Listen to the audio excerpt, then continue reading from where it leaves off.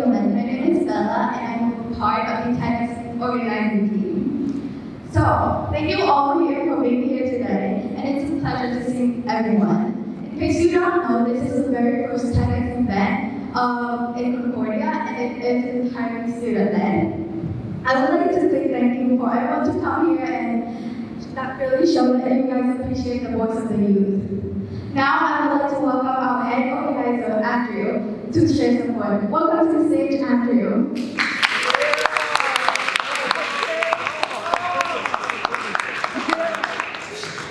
How's everyone doing today? Great. Thank you. I hope you guys are doing just fine, and I'm really happy to see everyone here today. So this is the second time I'm standing on the TEDx stage, but it feels a little bit different this time. Because last time I was a speaker, but this time I stand here as the head organizer. You know, it was my dream to stand on the TEDx stage and passionately talk about an idea that could help other people. A TEDx idea might not be a mighty invention or like a universal realization, but anything that could be spread and educate other people. You know, little things can make up bigger ones, right? As a student myself, I'm certain that many people around my age would dream to do the same thing. And that is the reason why I'm bringing TEDx Concordia, so that the speakers' thought can be voiced, their ideas can be spread, and on top of all, they can dare to dream. And I would like to share with you guys the month-long process of building dreams together, but I would like to summarize it in a few short sentences. So we started out in a small team of 3 people, including me, Matilda, the head of communication, and Zami, the head of operation. Can you guys work with the audience, please? Pretty good.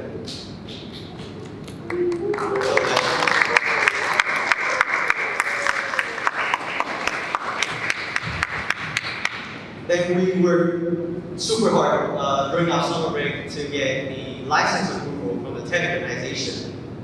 After that, we expanded into a big team of 19 people who are incredibly hardworking and amazing people. Not just that, we got supported from our 2 big advisors, Mr. Pink and Mr. Otto, who have been there with us since the very beginning. We also welcome 12 speakers from the age of 10 to 17 who spent months crafting their speeches today so that it could be delivered to you guys. And without all these amazing people, I don't think TEDx Concordia would be feasible. The special thing about the event is the working process. Although we faced a lot of difficulties, you know, with COVID and all, we've managed to build a great sense of camaraderie. And I truly enjoyed working with the speakers and the organizing team, or I would like to call them my TEDx Concordia family. And it's surreal how all of our efforts have culminated into this very day. And we had a lot of fun brainstorming ideas to play Never Had I Ever, to learn more about each other. And these memories might not fade away anytime soon, and it might as well stuck with me for my whole life. So before I end, I just want to say a big thank you to the speakers, to the organizing team, and to our advisors, and my parents who have been supporting me since the very beginning. And I also want to say the dearest thank you to each and every one of the audience member here, because your support means the world to us. And from the bottom of my heart, thank you.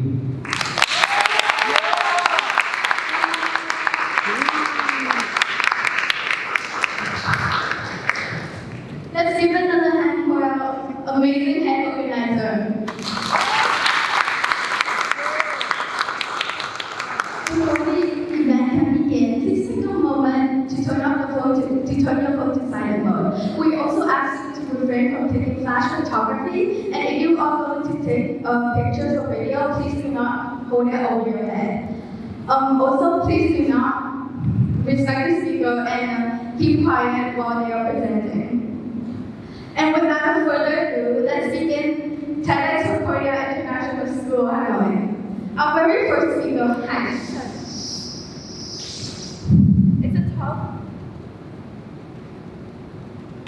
It's a 12th grader at Concordia. She will be talking about two seemingly unrelated topics, politics and technology.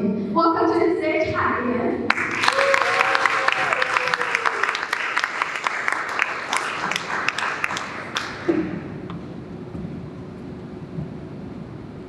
Good morning, everyone. You may be familiar with the STEM student and the humanities or social sciences student archetypes. You might have different images of each. The human calculator and school-carrying theater nerd might come to mind. As for me, I am both a STEM and a humanities social science student, and I suspect at least some of you in the audience are as well. Through today's talk, I would like to show you that there isn't an impossible difference between these two fields after all. It is by synthesizing them that you are able to achieve your greatest dreams. Now, within the fields of psychotypical fields of literature, history, and geography, there is also politics within humanities and social sciences. Now, this is often seen as a very traditional subject, which is bogged down by precedents and traditions set many years in the past. One of the first images you might think of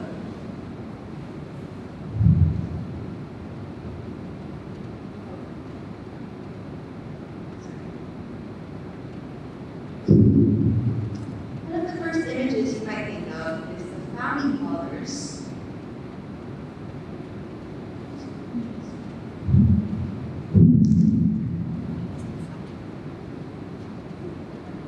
Others with their dignified wills and their white wigs as they sign off their declarations. Or more recently, you might think of the same old politicians arguing over the same issues and same policy every single year. Nothing will ever change, you think to yourself. But have you questioned why this should be your default perspective in politics? After all, shouldn't it be at the forefront of change? Creating societal level change across different people's lives, different demographics and industries, far from falling behind the potentials of other fields like technology and engineering. Politics has the potential to embrace them, create many societal level changes. With the potential of technologies and innovation becoming more accessible than ever, people can now come together to create solutions that were never possible in the past. So at this point, you might be thinking, if you've wandered into the wrong conference, or I did, but don't worry, I've seen enough of the TEDx posters outside to know what I'm talking about. So, what is the dream? Dare to dream in my talk. Well, the dream I'll be addressing is the courage to step out of the box and to create political change without having any official title or standing with the use of innovation. Now, there are many reasons why these dreams may not be realized to their fullest potential. One of them, quite significant, is, I guess we've already seen it, institutional barriers. In authoritarian regimes where only a few elites control the entire population, even the mere discussion of politics is dangerous. The people in power keep their citizens in the dark so that they can have their decisions, especially corrupt ones, go unquestioned. This allows them to keep away not only criticism from outside the country, but also revolt and protest from within its borders. People in the same difficult circumstances are unable to reach each other, even unaware of each other's existences, and thus they're not able to organize themselves into a larger movement. Within this climate, it would be very difficult and dangerous to create a politically motivated innovation while you're under the scrutiny of the state and subsequently possibly disappearing or becoming re-educated. Even if you're able to fly under the state's radar, it would not be likely for you to be able to launch and develop this innovation in the areas where it is needed most, where there are the least resources. Another barrier is political apathy. Many people think that politics has nothing to do with their lives and thus it should not be concerned with it. Other people are willing to talk about it, but they have been turned away because of how much unnecessary drama and tension it causes. If you have that one uncle at family gatherings who would not stop talking and talking in your face about that one candidate who worships, you would understand. But, and I know this is gonna sound counterintuitive, you don't have to care about politics to care about politics. What does that mean? Let's take sports, for example. Although I am not personally related at all, I'm sure at least some of you are interested in sports. Well, it involves conversations of international relations and national representation in tournaments. For instance, who should be considered decent enough to represent our national team, and how many people will be recently immigrated here? People's lives are shaped around their country's policies and laws, such as trade agreements that define the nature of business. If you take a look at phenomena in society politically, you'll be able to see that almost all of them relate back to politics one way or another. With these barriers in mind, how would we use technology to solve political problems and have meaningful political change? The answer some of you might be thinking of right now is social media. And it is indeed a very powerful way to spread messages and efforts across the world through their digital movements, change our work petitions, and so on. But that is not what I want to talk about today. Actually, to precisely illustrate what I mean, it is time to approach today's talk through the other lens, the perspective of STEM. So let me ask you a question. How do you solve a problem in a STEM class? Now, this might bring up some very unpleasant memories here, I understand, like those dreaded word problems from math and physics, for example. But the process behind them follows the same principle. First, you process the information you've been given, like the knowns and unknowns, and then use an algorithm, which is a series of steps in order to reach the solution that you've been asked to solve. You're probably applying an algorithm, like an equation that you've already been taught in a previous lesson. For example, the distance between points A and B in the coordinate system can be found using the distance formula, or maybe some trigonometry. The problem is simple. Okay, maybe not simple per se, but straightforward. However, problems you encounter in the real world come with much more strings attached, like outside factors that complicate things. Let's take the distance problem from earlier. Only now, when A and B are your home and school. Which roads should you take in order to minimize your travel time and not go to school? You have many roads that you can choose from, and they're most likely not relying on a straight line, so which sequence should you follow?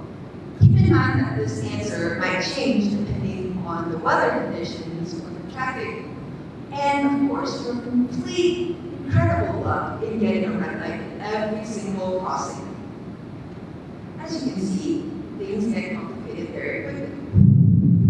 But areas like this are where I think the application of STEM truly shines. You can use maps to compare the different routes and adjust for a margin of error. You can gather traffic and weather data over a long period of time to see its trends and plan your route accordingly. You can even use sensors in your vehicles to see if not what you can do to improve. This could depend on if you're going on your own, or with a sibling, or with a group of friends. I could go on, but you get the idea. If you use an algorithm, not just for the sake of using it, but for a larger purpose, this is when you can truly harness the potential that the growing field has to offer. You can even solve problems that you didn't set out to solve in the first place. So you might ask, how would this work in a political context? Well, let me tell you about how I almost died crossing the road.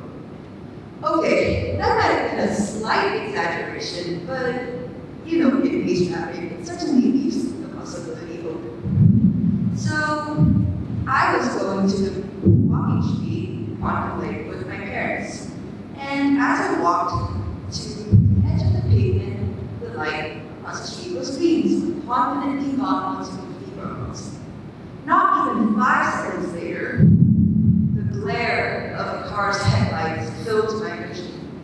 It turned out the light turned red across the road, but the signal was inconsistent, and above all the other lights and distractions of the weekend night, I could not see it. This got me thinking about how dangerous some day-to-day experiences like crossing the road could be. I was lucky enough to see the car and avoid it, but what about people who don't have that ability? What about the visually impaired? That is what inspired me, along with a group of teammates, to create a neural network that can detect traffic signals. We achieved this through training the model with images of red lights and green lights, kind of like CAPTCHA, so that the model can accurately detect the differences between each. Then the signal would be sent to a computer chip in a portable device that you can carry around, so that they would know what the signal it is without having to see it. The regulation of traffic lights is a political issue. It falls under the Department of Transportation, along with enforcement from police officers. But how it affects visually impaired people in particular is not always on the forefront of politicians' minds because of how specific it is.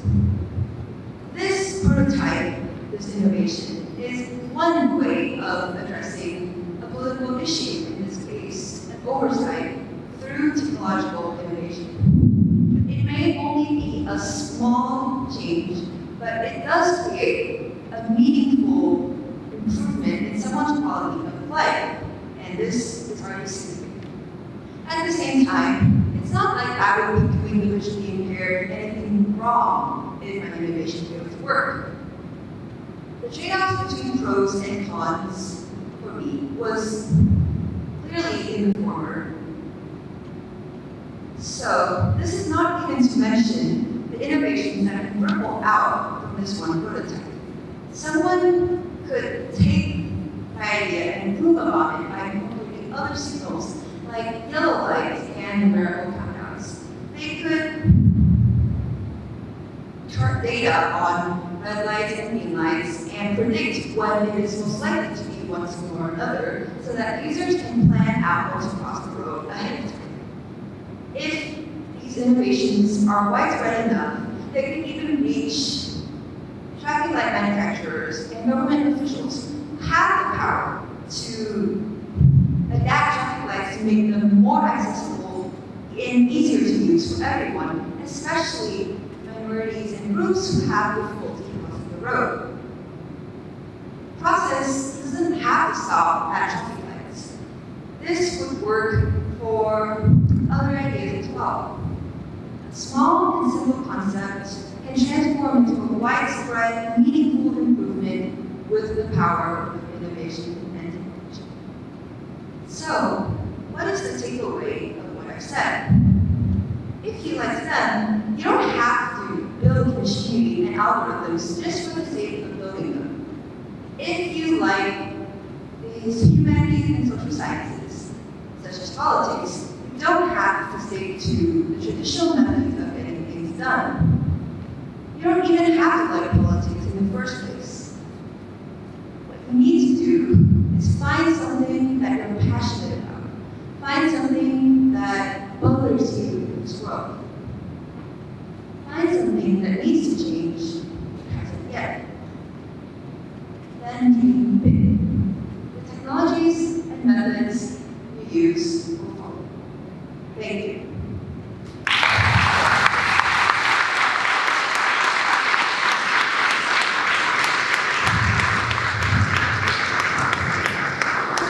That was an amazing speech. I hope we all learn more on how to use technology and to change and promote political changes. Now, we will welcome the second speaker, Hunter Campbell, an 8th grader from the Metropolis. He will be sharing with us his year-long self-improvement journey and the process behind it. Please give it up for Hunter.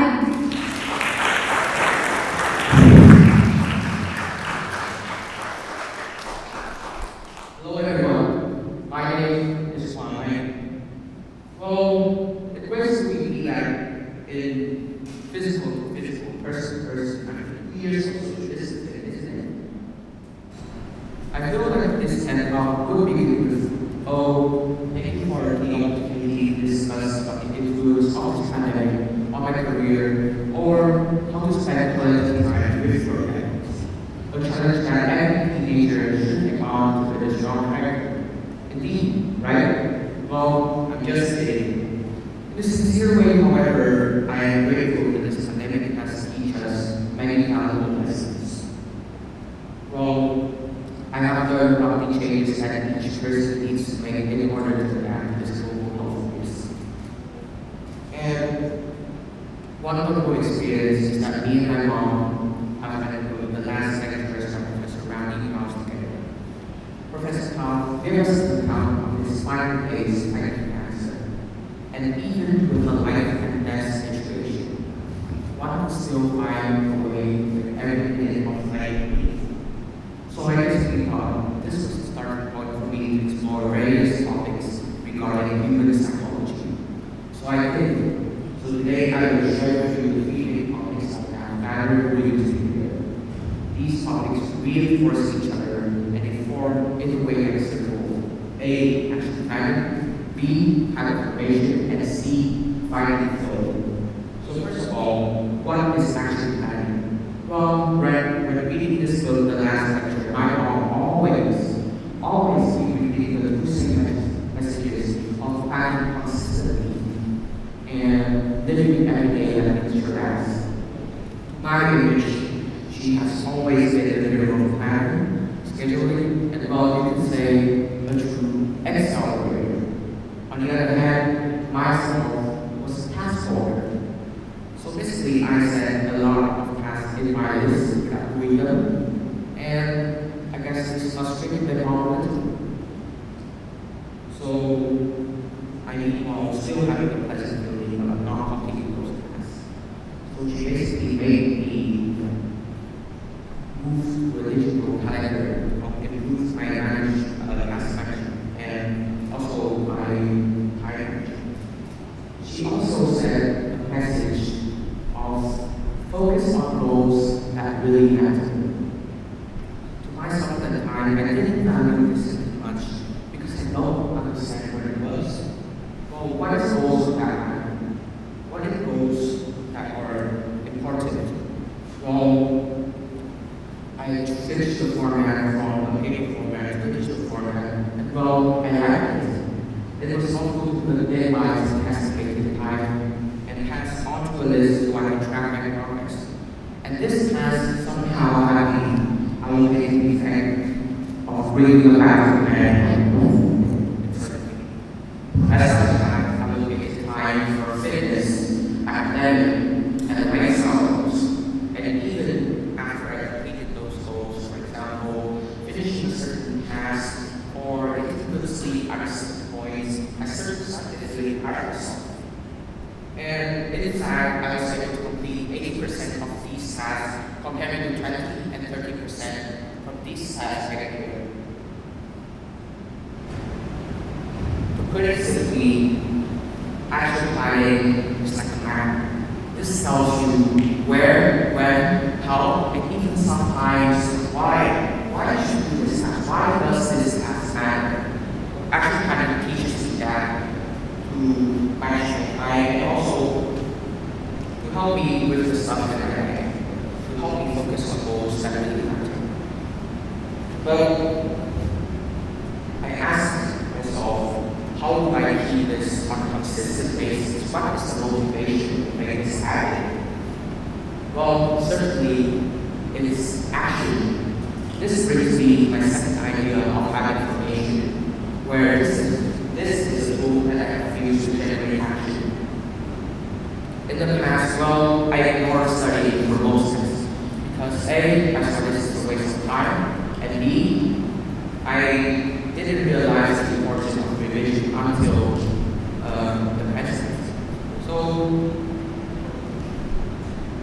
I have a conclusion, which is I was expecting myself to quantitate a short amount of time, a short amount of sample of revision. It really did not have an effect on me. So that is why I discovered the chart of spaced repetition. Well, basically, they say in gym, just put in the reps. As you can see from this chart,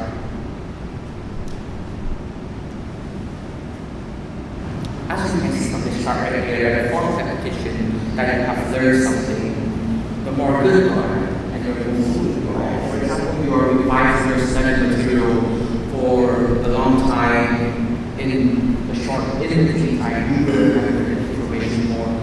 Well, if you revise the information you have learned for the fourth repetition in this specific chart, you will retain more than 70% of the information you have learned, rather than only forgotten anything if you just learn once. So why is this similar to me? Habit formation and this chart is similar to me because it develops results within my network. Okay, so has anyone heard about when it takes 21 days to form a new habit? Actually, according to the newest research, it takes 66 days to form a new habit. But if we look at this, we can see that this is not the point here. The point is we can make small changes in our lives through repetition and not expecting ourselves to make a quantum leap, make it significantly, make it immediately in a short amount of time. So this idea seems cool. So from this idea alone, I was able to make good progress. I go to the gym for almost 2 months now, and well, for those who are wondering, I am still going, yes. And revising the material that I have learned 2 to 3 weeks prior for the actual assessment. And I guess this brings 2 more values and 2 more for me, 2 more values for me. And those values being that I no longer have the last minute stress situation. I am fully aware that I am training my health, my knowledge, my skills every day. And to put it simply, tasks are easier because you are completing the game of rewarding tasks, which the reward comes from yourself. It comes from your hard work. It does not from the external source or anywhere. This brings me to the third idea, the final idea of finding flow. So I guess everybody knows that to enjoy the process of doing something, you must enjoy the work for its own sake, right? To do this, we need to do something we love. It's something that is centered to ourselves. Well, there's a concept by Hungarian psychologist Mihály. She said Mihály, he basically proposed that when you do something that is reasonably difficult, but it demands your full concentration and focus, you will achieve a state of flow. And this state of flow, it's basically like a productivity boost. You simply lose track of time, and you will be incorporated into the task. Okay, let's put it simply here. As you can see, the challenge is high, your ability is also high. This generates flow, which is the green zone that we are trying to achieve here. So challenge high, ability high, diesel, but sometimes this doesn't work because you need to do tasks that you don't really like. Okay, have anybody tried washing a ton of dishes after a gathering dinner that you have to handle it all by yourself, and you simply just want to throw out the dishes into the trash, or you just want to smash those dishes? But if we see that the dishes is something that matches our skills, and also it matches with ourselves, it makes us focus on a certain thing, this is also flow, because this also generates the value of skills in these. And let's look at another example of flow. Well, for me, when I'm doing my math test or my math assessment, really, I really like the way of solving problems mathematically and also logically. I guess not for some of you, but this has generated flow within myself because I am concentrating on the task and I am focusing on the method, which I think concludes to the final idea of this TED Talk. Well, I see those three ideas, they work in some sort of circle, they work in some sort of harmonious passion. Robert J. Alran, American psychologist, has observed that if we do something that we love, there will be an increased performance in our daily lives. Well, these three ideas, they are basically my circle of life. You won't see this, myself using this for the next 3-4 months, but rather for the next 20, 30 years of my life. Because all the things you do is the three of these processes. Let's look at an example here. Action planning, well, you create a scheme for your event. Well, flow, you like something, for example, you lift weights, you do basketball, and then you basically like it, that's flow. Habit formation, okay, let's see, you try to, for example, go to the gym every day, that's habit formation. And to conclude, action is still the main reason for this work, but action without passion and without guidance is the blockage to reach your full performance. Perhaps doing something, action, and incorporating passion and guidance will reach your highest performance. And there I want to conclude.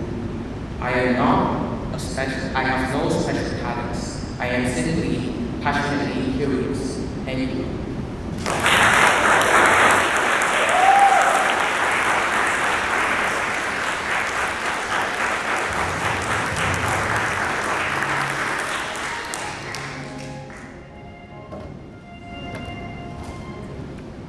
Good job, Conrad. That was a lot of knowledge for a 12-minute speech. Now, we would like to hear from our third speaker, Mia Wena. She's an 11th grader from Hanoi, Amsterdam. She will be talking about a very fascinating topic, the benefit of doubt. Welcome, Mia.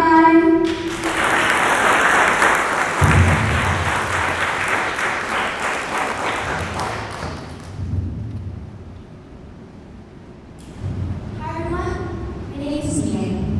Today, as you can see the title of my speech, The Benefit of Doubt. Today we're going to dispel the stigma around doubts and explore why and extreme benefits when evaluating your dreams originality in today's TED Talk.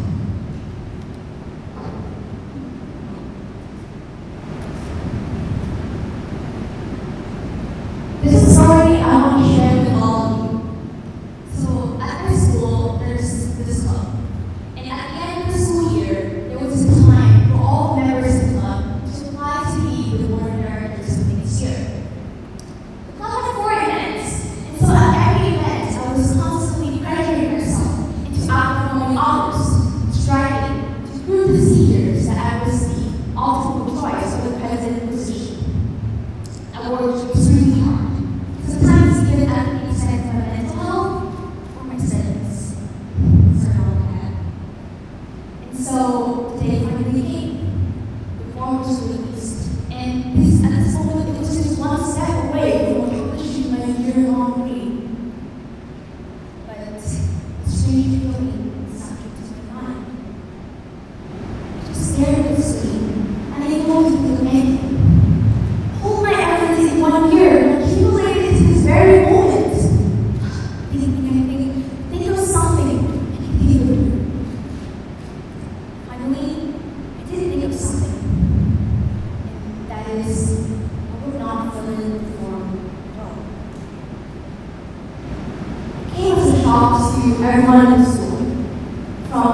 careers, to the juniors, to the seniors.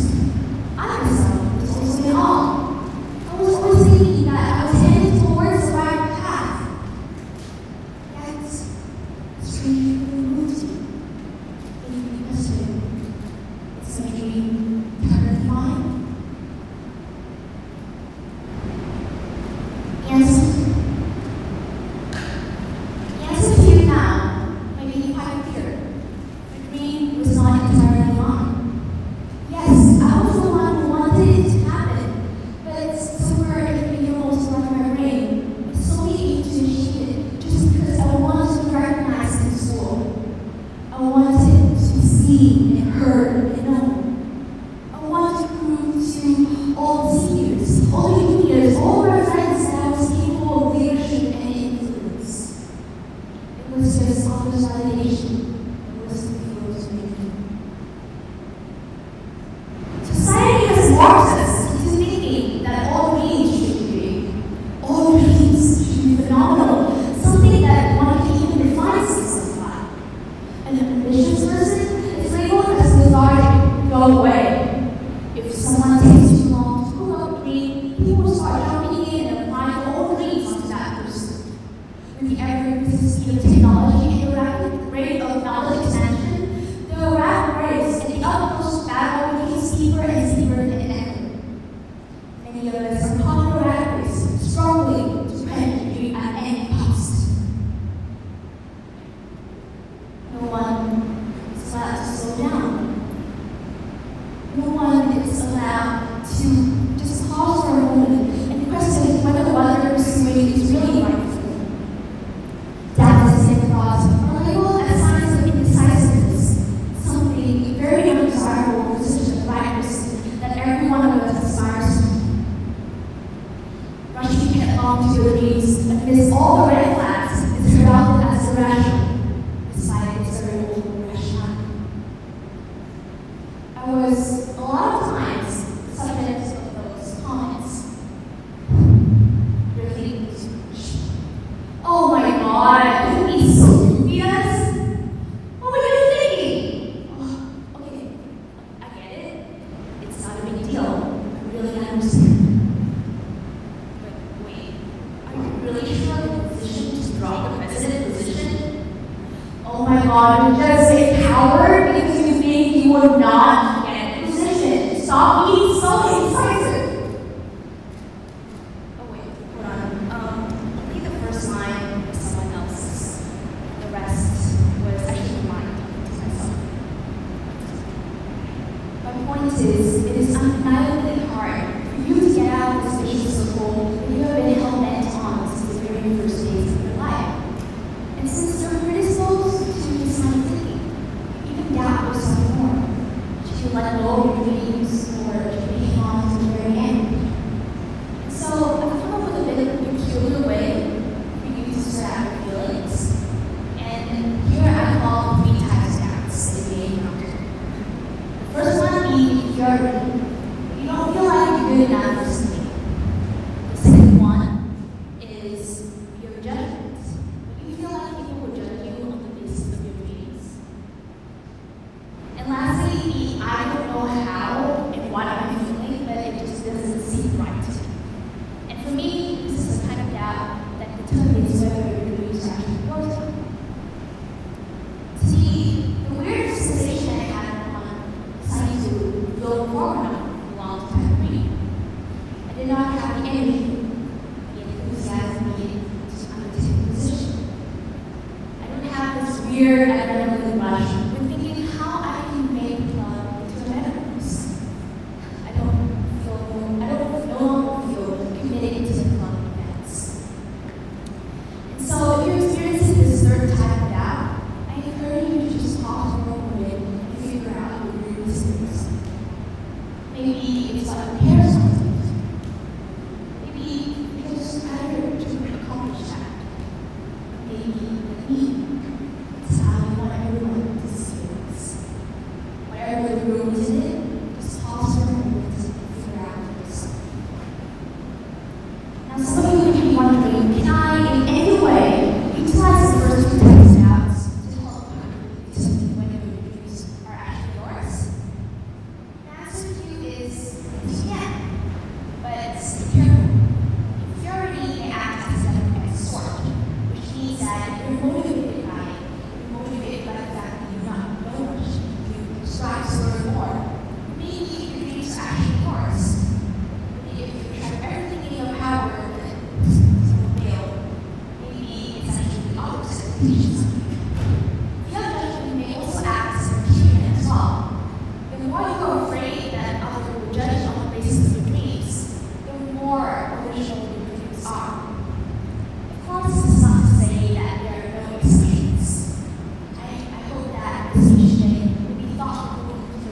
to see and having this best suited for your case.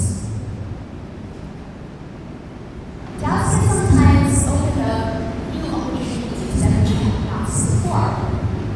When you run headlong into dreams that are sparked by urgency and instinct, we're often blind to other, better, efficient alternatives that we might have not recognized before. When I noticed an uneasy feeling on deciding to fill it or not, I wrote down the opportunity cost of the dream. Now, I know there are a lot of economics experts in the audience, so I won't teach you 100%. I would say it's a very interesting concept, and you're more than welcome to explore it further on your own. But just to simplify for those who have not taken this fluid, it's the cost of the next best alternative. So when you have some kind of unhinging feeling, when you decide to pursue your dreams or not, try to write down your opportunity costs. I assure you, you will find there are better, more efficient alternatives to the road you intend to embark on, and somehow the road not taken, initially not taken, might be the best suit after all. I do not know what will happen. I decided to fill in the form and was lucky enough to be selected for the president position. There's one thing I do know, is that I feel blessed to have given my doubts a voice. I feel blessed to have listened to my second thoughts. With all the amazing speakers today, I hope that all of you have been inspired to dare to dream. But if you feel like your dreams stand for an unspeakable source of influence, dare to doubt. Thank you.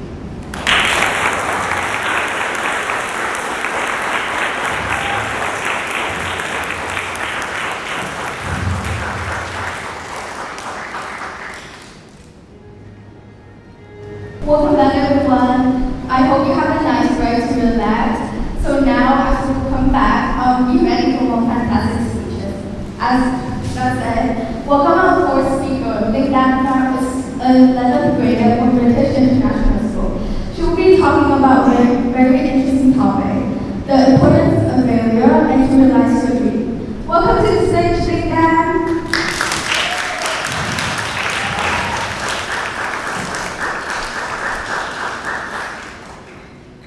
Whoa, it's so bright. And if you hear my breathing, have fun. Just before we begin, I just want to say, if my voice shakes, it's not because I'm scared. It's because I'm really scared, so it'd be great if you could engage with my speech as much as possible. With that being said, hello, my name is Nick Dan. I am 16 years old, a first-year IB student at the British International School of Hanoi.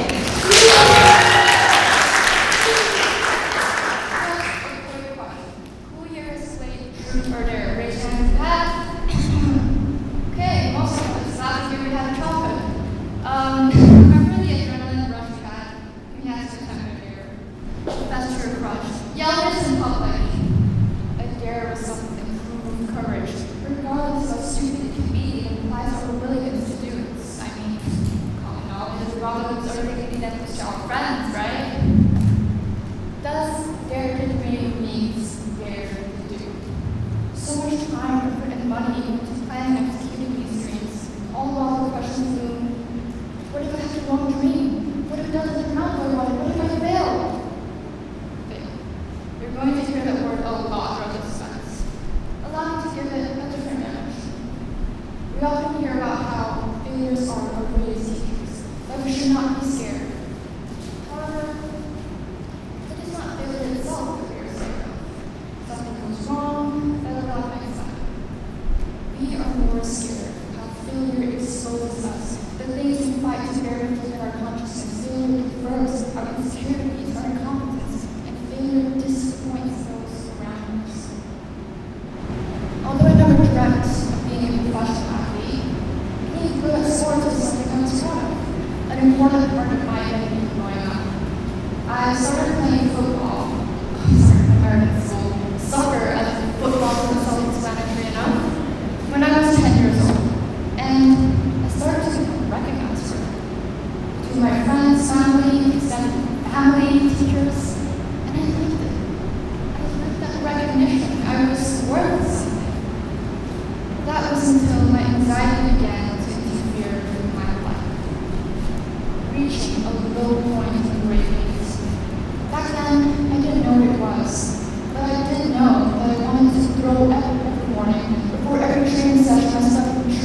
an adrenaline shoot through my body until it paled every vein.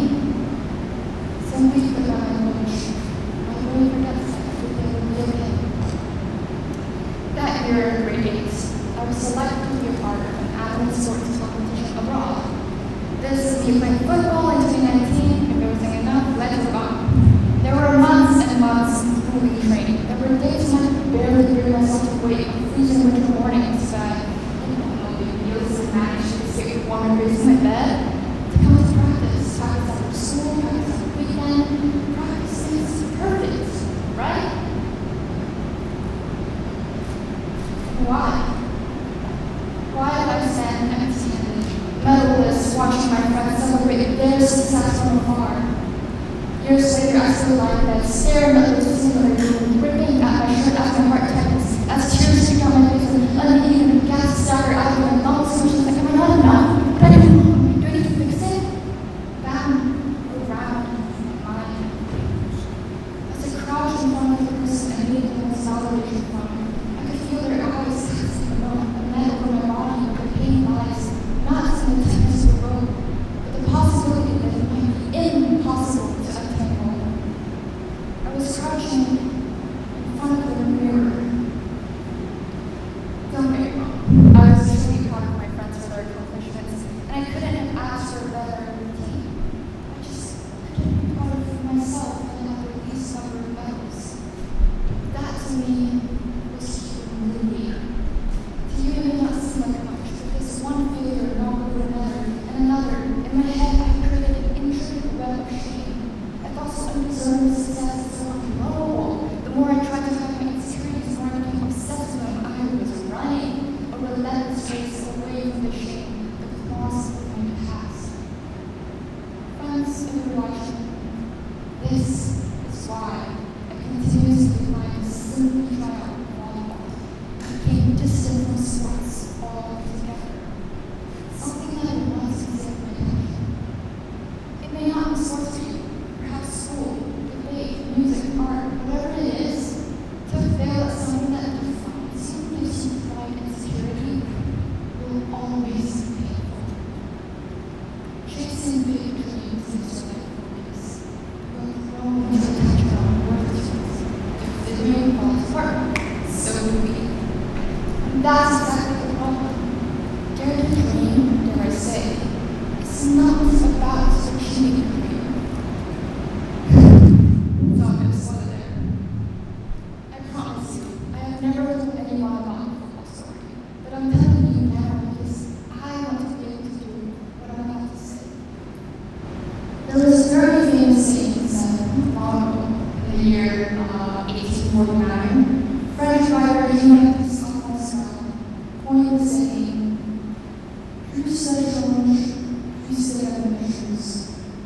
Laughed at me for saying 100 years ago, but what he said still feels resistance. The more things change, the more they stay the same. For example, every time you wear a rose, remember not to rose and use some beach and because summer always arrives. You know this because the more the seasons change, the more you reinforce the pattern. Let me ask you something. Would you chase the sun even if you love mornings? I don't think so. That sounds crazy, right? Then tell me,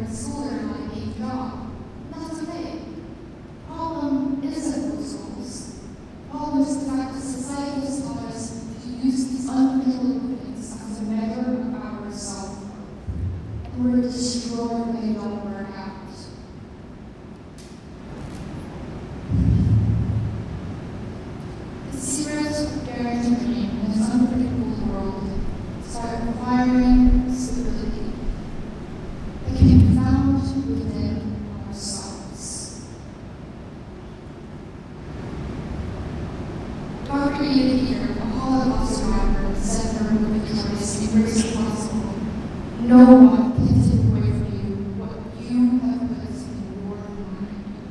Your mind is your source of fear, but also freedom. I've never told anyone about the photo story, but I'm telling you now because I want to be able to do what I want to say. Liberate your fears by loving your faith. As I said earlier, loving your faith is more than tolerating whatever happens to you. Not all forgiving everything. Loving your faith means you know that there is more to life than your failure. That no matter what happens, you will be able to set yourself free from the imprisonment of your mind. Freedom can be feeling the rage of feeling self-disappointment and people's disappointment. Feelings are not fake. Expression is the opposite of depression. So I want you, watching and listening right now, to do this. Think about something that you are worried about failing at, or something that you have failed at, but you've yet to fully confront. I'm going to give you a few seconds. Got it? Now think about someone who you find trustworthy. I want you to imagine telling that person, saying your words out loud, talk and laugh about your fear, and find humor in it. At your own pace, reflect, learn, and move on. Feeling can be so free, but only you allow it to be. So, you see how powerful your mind is? It is the home you will always return to. So please, take care of it. Du är en med It's a Vietnamese word, literally translated as, no matter what anyone says, my heart remains as strong. That's a tripod. These things, these stupid little things, they are regarded as something strong and sturdy. In reality, without one of its legs, everything would collapse. Similarly, if you just miss one from the three pillars I'm going to talk about, you are practically setting yourself up for failure.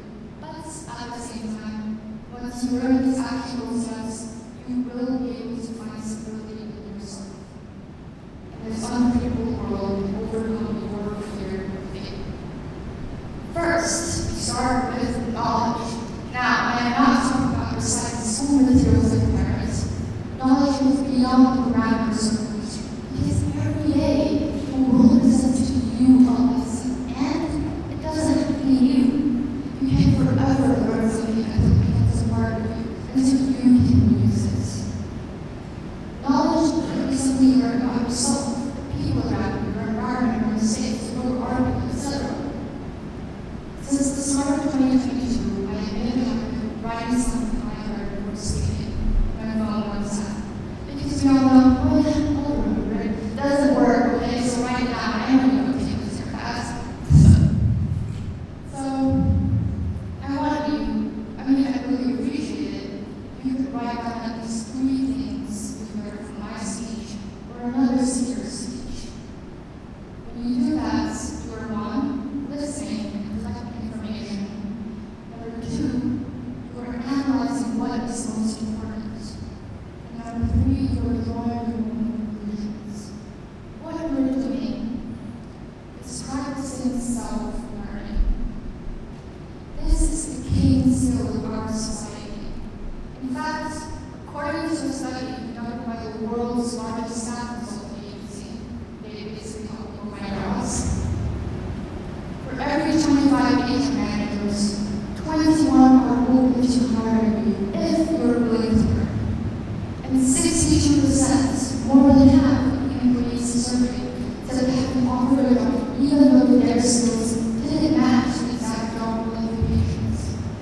This shows in life, failure is not the problem.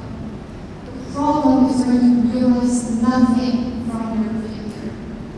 If you're eager to learn, can teach yourself and find new concepts, redirect and no longer self-destruct, because you are steps ahead of everybody else. Secondly, is resilience. Now,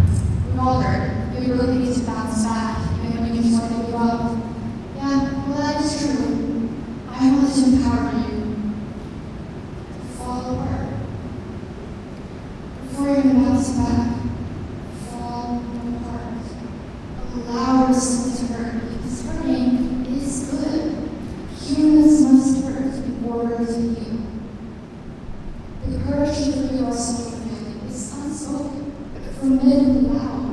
Once learned to be gentle on ourselves, those actions will echo and ripple through others, creating a wave of self-compassion, an ocean of love, because we show ourselves that we are lovable, even after failures. People learn better when we model that behavior. When you're ready, leave the other ones pieces behind. Pieces that broke you in the first place, and rebuild yourself without them. Parenting isn't about becoming anything. It is about discovering yourself. So step by step, let's learn to know what needs to be taken down and build the healthy habits we need to build. When the journey is slowly, resilience is something a step back will actually propel you further, like how an arrow normally shots when it is pulled backwards. Is that cool?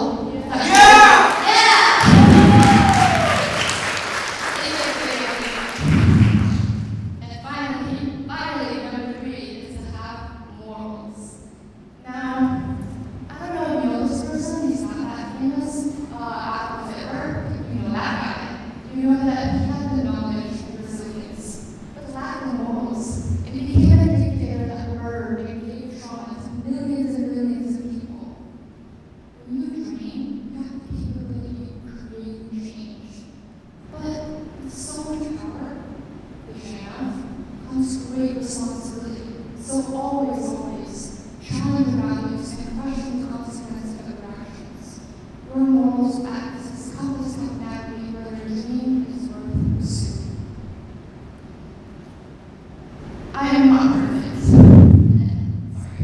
And my speech is advice for myself as well.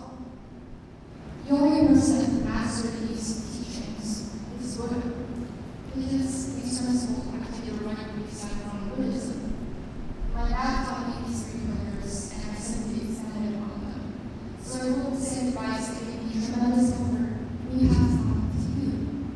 The reason why it eases me so much is because the more the world changes, the more these principles will stay the same.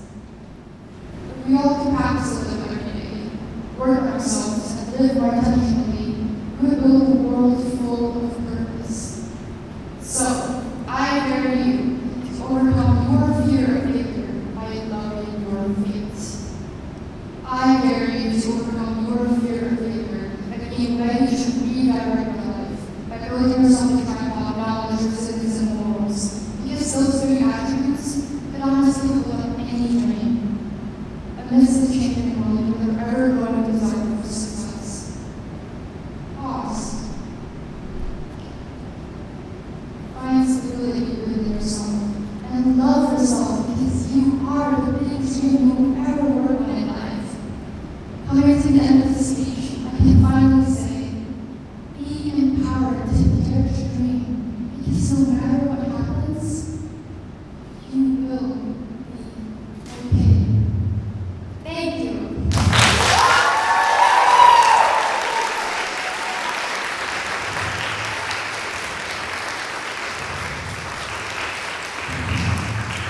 Such a personal and powerful speech that I'm sure most of us have teared up at some point, and I hope all of you have feel inspired as I am. Well, to continue, I would like to welcome our next speaker, Dominique Paul, a 7th grader from Concordia International School, Hanoi. She will be talking about how comfort zone hinder people's ability to dream. Let's welcome Dominique to the stage.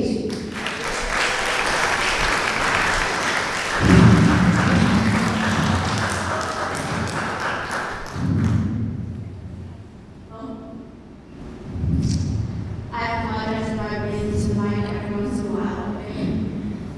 Well, as previously introduced,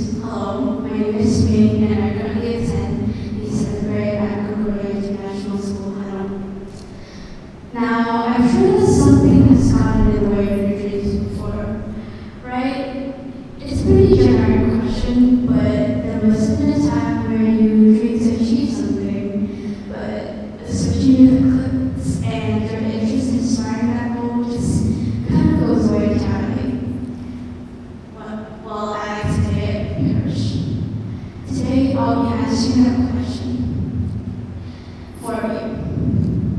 When I talk about dreaming, what I mean is when you let yourself envision where you want to be, whether in the future or the present, it doesn't really matter. And while this whole concept of dreaming sounds good for you, and it is, not everyone gets to dream. In the humble interpretation of someone who has failed to dream because of this concept before, I think that the main cause of the issue lies in your comfort zone. Many people seem to always want to stay within these same comfortable walls. And while this is not terrible, it makes you miss out on many opportunities. The opportunity to dream included. The comfort zone is where you feel like you can control or predict anything that could happen. A person might find traveling alone to be inside their comfort zone, while another might feel completely uncomfortable with the concepts. It's subjective, really. When you're in your comfort zone, you cannot possibly think of anything else for your future. You become so consumed with a sense of safety and a sense of comfort that you refuse to get out. While you are in there, you feel like everything is enough. It doesn't sound bad, but this concept does not leave room for thoughts of improvement or dreams out of reach. People stuck in their comfort zone that start to have a climb of ambition towards new dreams in life. Personally, I was not someone who was stuck in my comfort zone. The past me would have never done this speech because standing here talking to so many strangers just wasn't part of my comfort zone. I let the fear of failure as well as my discomfort block me from achieving many things in life. Now, unlike me, you should leave your comfort zone because success is not a comfortable process. More importantly, dreaming is the one thing that drives you towards success. In Maslow's hierarchy of needs, it explains 5 levels of needs and claims that we cannot move to the next level without meeting the requirements below.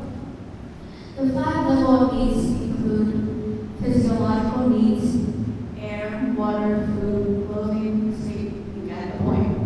Safety needs, security, employment, and property.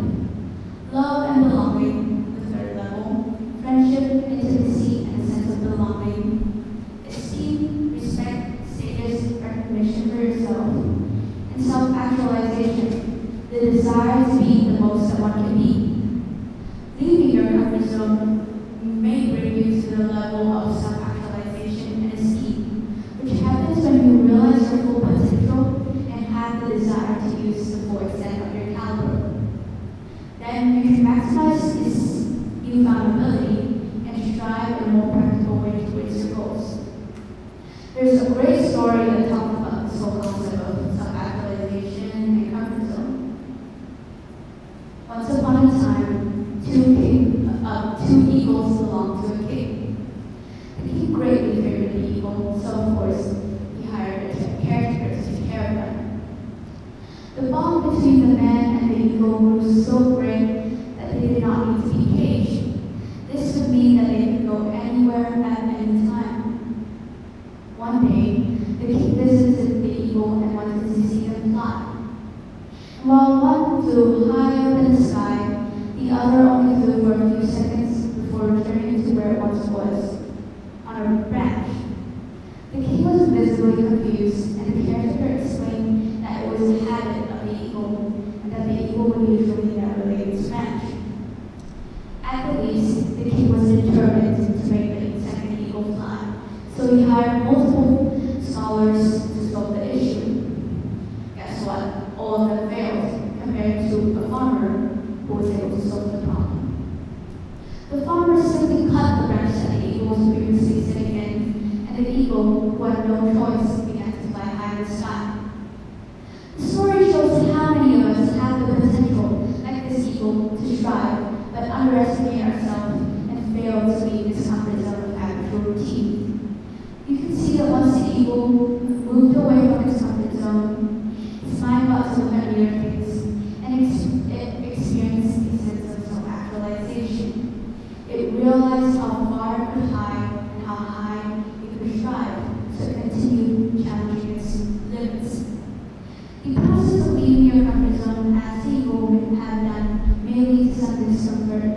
to leave a place you're comfortable with, but trust me, this discomfort will help you.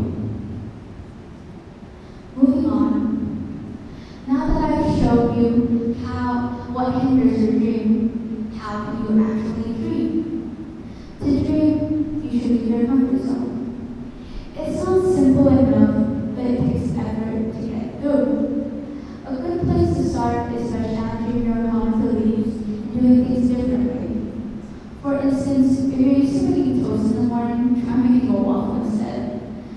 In addition, you can replace your soccer routines instead of hitting straight at the goal. These small changes will slowly get you to open up your heart to try new things. The first step to leaving your comfort zone is to rethink the definition of stress. People often affiliate stress with a negative emotion, but eustress, a kind of positive stress, supplies you the energy to step out of your comfort zone. It may be going on a blind date or reading a speech like this. The second tip is to prioritize the area you would like to step out of. Maybe stepping out of your comfort zone to play an instrument in front of your parents might not be as important as stepping out of your comfort zone to make an introductory speech.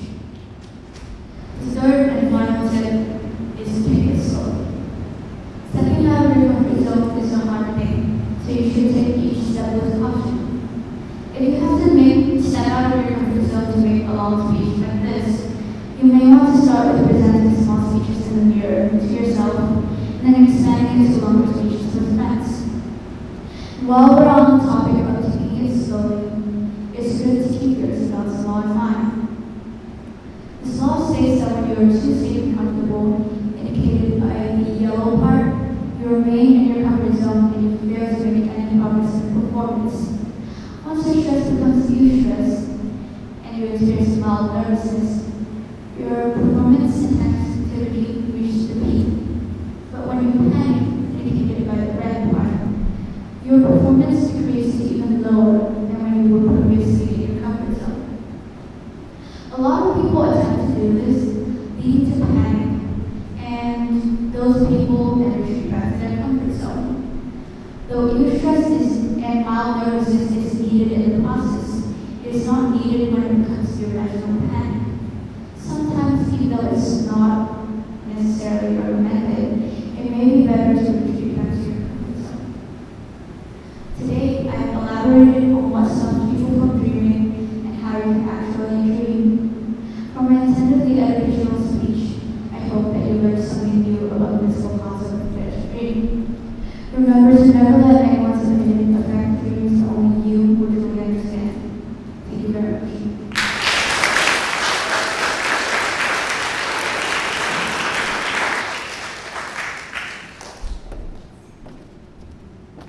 Thank you, Dominic. That was a very insightful speech. I hope she has inspired all of us to think of her. Now, to welcome our next speaker, Lee Tao, an 11th grader from Hanoi, Amsterdam. She will be talking about how we can use social media to advocate for change. Let's give a hand for Lee Tao.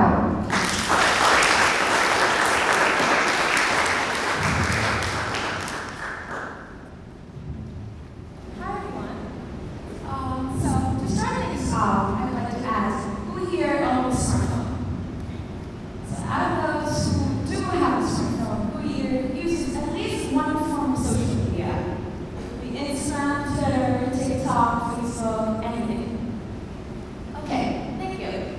As you can see, social media has become an integral part of our everyday life.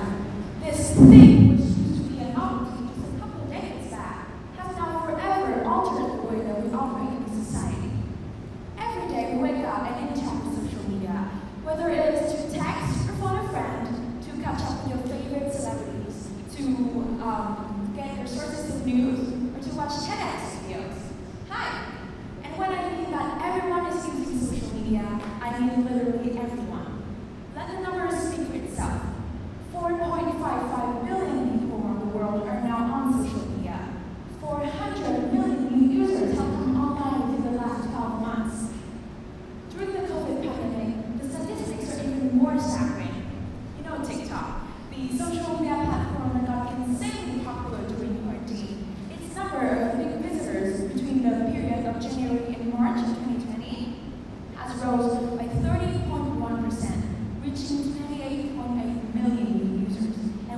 downloaded more than any other app in one given quarter. All of that is to say that you cannot really hide from social media, and you shouldn't, because just by opening your phone and clicking on a few buttons, you can really make some big changes, if you want to, of course. That leads us to the topic of our conversation today, how we as humans can use social media to make a change. Now, social media, the theme of the conference is Dare to Dream, and I feel lighter if I said that I got everything that I want to talk about right away. It took a lot of struggling and deleting, but however, I realized that I really want to talk to you guys about how we interact and how to use that interaction to make changes. Human interaction now moves online, but not many people realize the true potential that digital communication actually holds. However, can I illustrate this point? We'll talk about how social media drives social movements of our time. Think of the past. How can activists get their messages out there? They struggled, and that proves to be one of the biggest obstacles that social activism had to face at that time. You can either go down the street and march, or protest, or hand out flyers, or hand out posters, and that's about it. Not to say that those ways of advocating are not effective. However, its impact is undeniably limited to a community, a city, or a country. But with social media, everything is limitless. A post can reach virtually any destination in the world, provide activism with a much broader range of audience. A protest can be live streamed for people to see or even participate. All you need is an internet connection, of technological advice, a technological device that has connection to social media, and an account, and that's it. It's so simple, and if done right, it can bring enormous impact. Take the Me Too movement, for example. For those of you who don't know, the Me Too movement is a movement against sexual harassment and sexual abuse, where people publicize allegations of sex crimes launched by sexual assault survivor and activist Tarana Burke. This movement, which started as a hashtag on social media, soon went viral and led to high-profile terminations from positions held, as well as waves of criticism and backlash. This has forever changed the way that sexual assaults are viewed in the workplace. For me, this is such a great movement because it gave back to the women whose bodies were wrongfully violated, the voices that were taken away from them in the first place.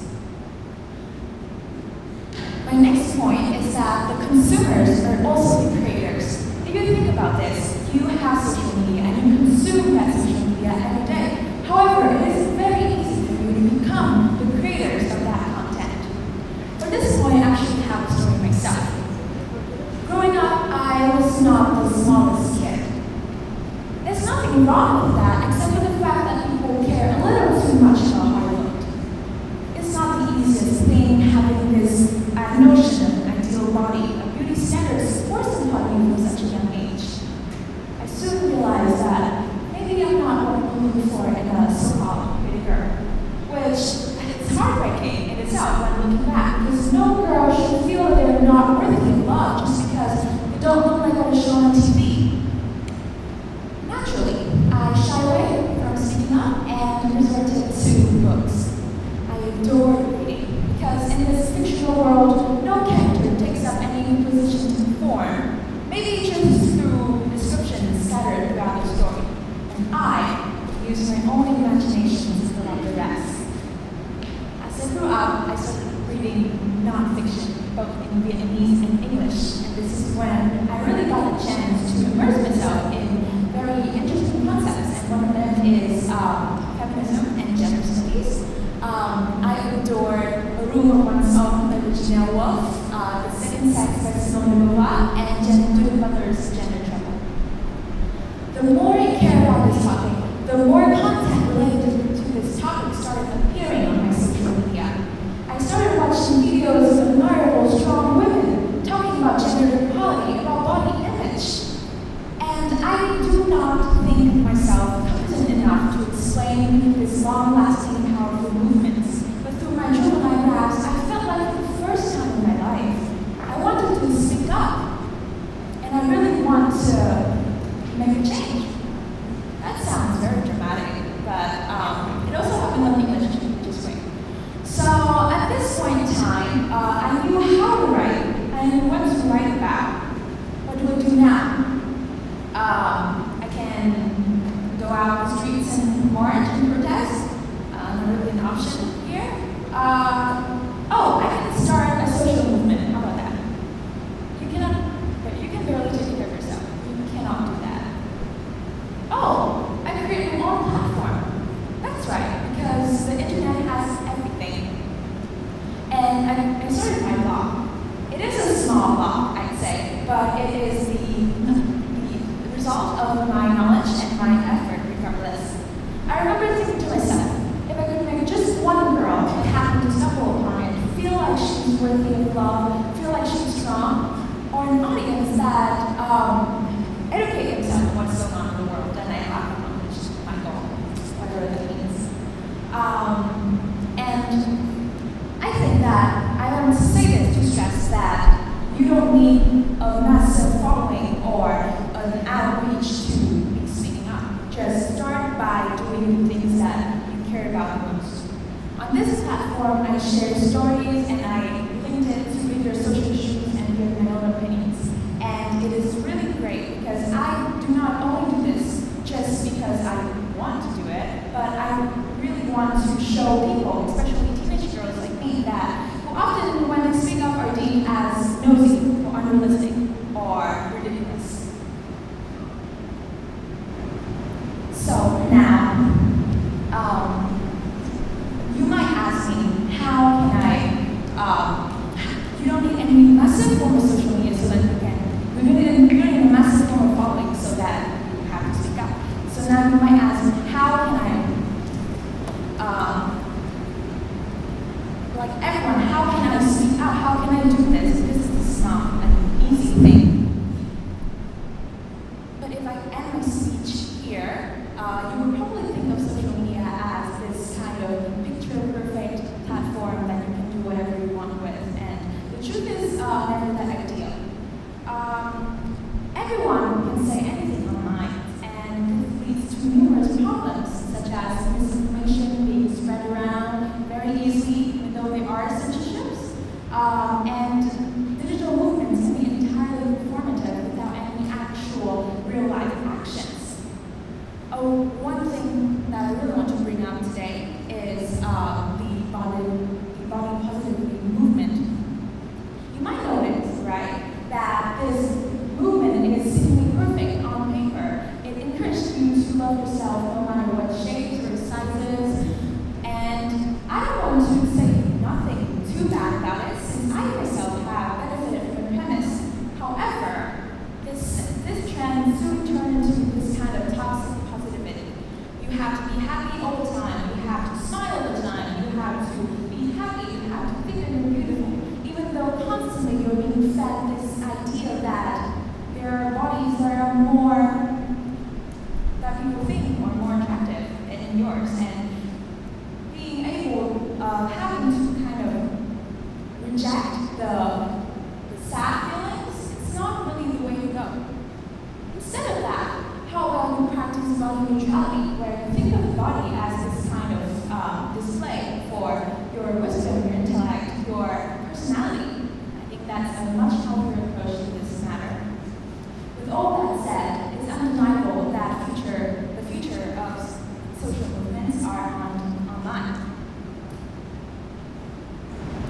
So now we come to the last point of how can you, as a listener, can do this. It sounds really big and dramatic. However, it starts with the small things, such as a comment on a controversial issue that you care about, maybe like a share or writing about how you think of a problematic post. It can be a short film, a song, a poem, anything you can get your hands on. Just by starting and utilizing this power at the palm of your hands, just get started and don't be afraid that people might think of you as this crazy person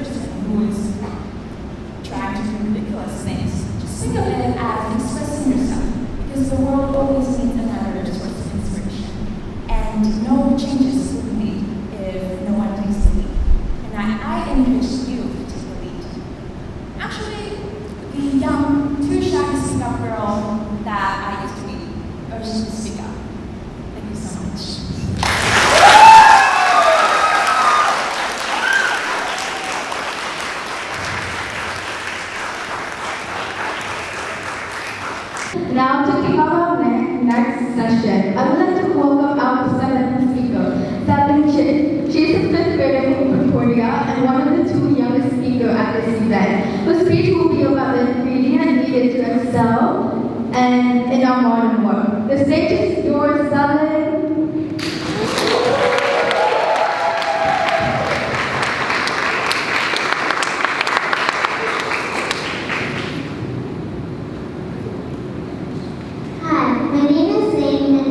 I'm 11 and in grade 5. To begin my speech, I would like to ask you all a question.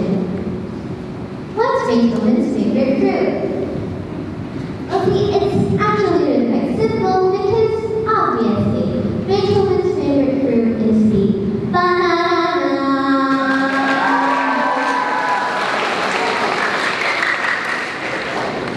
And yes, Contagios are always the same. However, that does make me wonder, why, in the universe, are we still hearing jokes about Beethoven? With all due respect, this guy passed in 1827. That's 195 years ago. Well, we probably still hear about him because we still listen to his music. And perhaps we still listen to his music because it's so dynamic. I mean, just listen to the Sonata or Beethoven's Fifth Symphony in C minor, of course, and tell me if you do think otherwise. Beethoven is famous for his music, and his music is so good because Beethoven is sad. He strived for excellence. It is necessary to push yourselves towards excellence always. There is no rule to excel, nor is there a recipe you have to follow when going for excellence. And yet, throughout my 11-year life, I have found that we always need a minimum of 5 ingredients. Using these 5 ingredients, you will find that you have created the best chocolate cake ever, with buttercream frosting, mind you. Or rather, with these 5 factors, you will find yourself on top of the world. To obtain excellence, you must be ambitious, passionate, hardworking, resilient, and slightly, just slightly, lucky. The first factor of excellence is motivation. For everything that you have and all your needs to excel, there is first desire. Having ambition always comes first.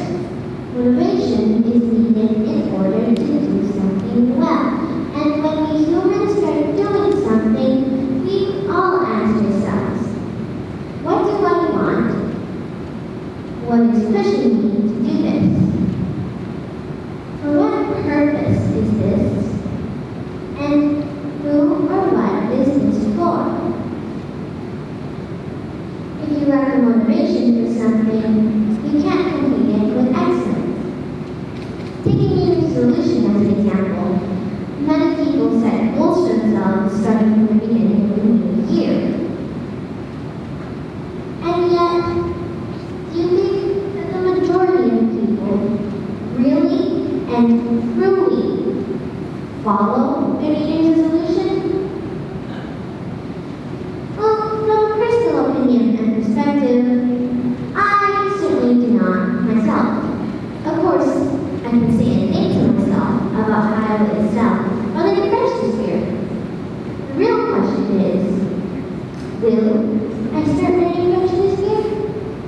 Je ne sais pas, mais je ne pas encore.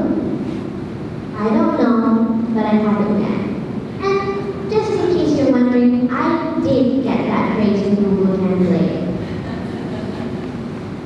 However, my point is that I'm doing a lousy job of following my New Year's resolution, even though I obviously am. My point is, I didn't have the motivation to excel.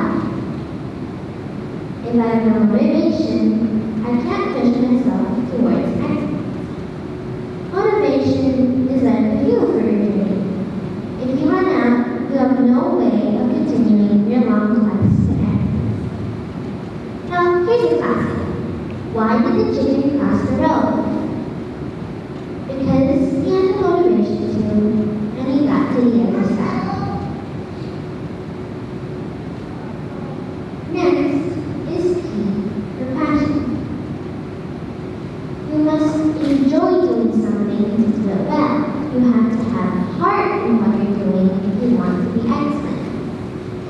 Mahatma Gandhi once said, in doing something, do it with love or never do it at all. I know a girl who used to be little. And when she was little, she started to play the piano. Was she passionate about it, class? Did she enjoy playing the piano? I would say no. She didn't enjoy playing the piano. Because she didn't enjoy playing the piano, she never practiced. Because she never practiced, she was never excellent at it. She didn't see the need to improve herself. Yeah. And that girl was me. But now I see that I find pleasure in piano. I have heart in every piece I play, and I play not just for the applause of the audience.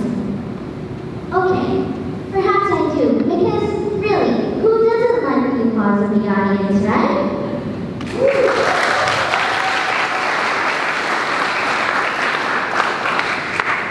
But I also play piano because I enjoy it. My teacher really inspired me.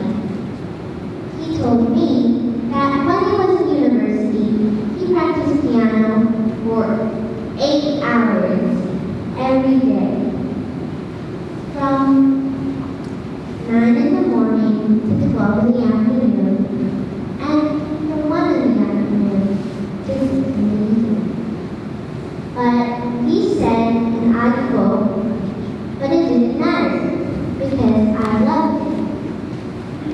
When you're trying to excel at something, whether you're trying to change the world or beat a video game, do it with love and enjoyment. Without passion, trying to excel would be incredibly dull, and you'd give up soon. You can't excel if you don't find it interesting. And so, commit all your mind and passion to creating something excellent, because it is necessary to be excellent if you want to improve yourself and your community.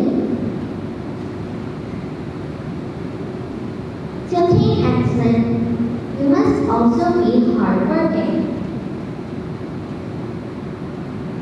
You must be determined, and you should have enough energy to finish the race that you started. Some people say, don't bite off more than you can chew. But I think that you should bite and then chew hard until you can swallow. Unless, of course, you are trying to excel at eating jawbreakers, in which case the dentist would be happy, and in which case I am not responsible. My ballet teacher is someone who I know bites off a lot. But I also know that she keeps chewing. My teacher studied ballet for 20 years. 20 years multiplied by 365 days is around 7,300 days of putting on ballet shoes and doing pirouettes. My teacher really excelled at ballet, and to do that, she had to work hard. Hard work is a very important part of trying to excel.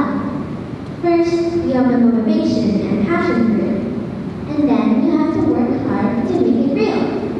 It's like dreaming and then making your own dream come true. So, if you're hardworking, you're like your very own fairy godmother.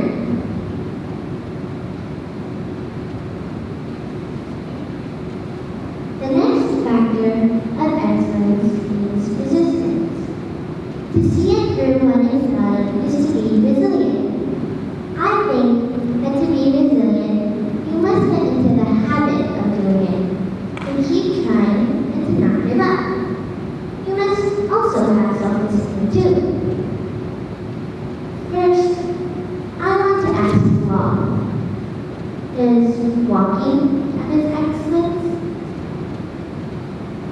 Well, maybe not for you and me, but what about for babies and toddlers? Oh, come on, don't be embarrassed to admit that when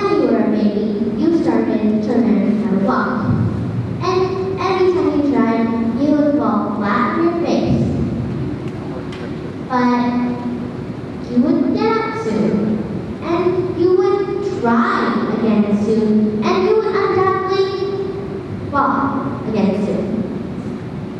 But we've all learned how to fall eventually, and we've all gotten so excellent at it that now it's a part of everyday life.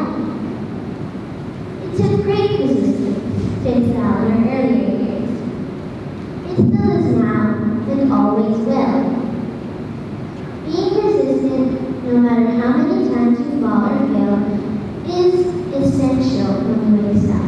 And you can excel at many different things. And persistence towards excellence is so easy that even a baby can do it. We can all excel. The final factor of excellence is luck. It all depends on luck. If you get hit by a tow truck, well, that's just because of your bad luck. A horrible poem written by me. Of course, it could also be your good luck. Let me take you back in time to not very long ago, October 2021. Luck isn't the most important part of trying to excel. However, being at the right place at the right time is very important also. Back in October, we were just starting learning class when my teacher had an announcement to make. The day of the announcement, which you can already perhaps guess, is about the event we're at today. And my luck of being just where I needed to be, just when I needed to be there, to hear just what I needed to hear, is the very reason why I'm here today, being so very lucky to see all of you. Hi! Sometimes I ask myself, why? Out of all of the amazing speakers who could have been chosen to speak and share ideas, am I here? I finally concluded that my life had nothing to do with it. A little about them or heard anything about them, especially if it's helping him or her towards excellence. Reaching for excellence is necessary no matter what, no matter where. The 5 factors: ambition, passion, hard work, resilience, and luck are what you need to excel. And you can excel at many different things. You can learn a new language, research a new culture, get into gardening. I will keep you here for the rest of the day, which I will list everything you can excel at. And so, that is something for you to hold over. What will you excel at? Thank you.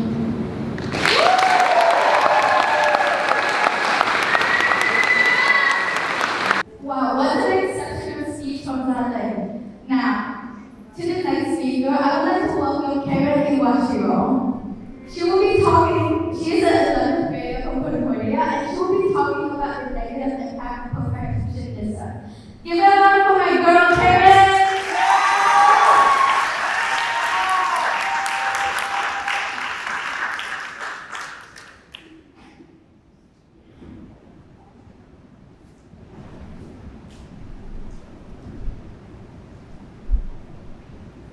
To be or not to be?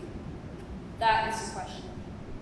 But it is nowhere the mind suffer the slings and arrows of outrageous fortune, or to take arms against a sea of troubles, and by opposing, end them. That was part of the soliloquy of the most notable To Be or Not to Be speech by Hamlet.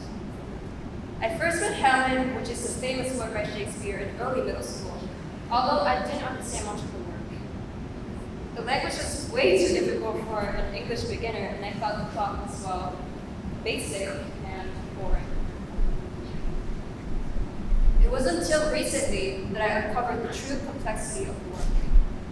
So, to summarize the whole plot briefly, the ghost of the king of Denmark tells his son, Prince Hamlet, to avenge his murder by killing the new king, Hamlet's uncle. And throughout the story, Hamlet faces madness, contemplates life and death, and seeks revenge. Despite having many chances of killing the uncle, though, he hesitated to do so until the very end. The reason why I'm starting off today with the to be or not to be excerpt is because Hamlet suffers from the concept which I think many other people suffer from without even realizing.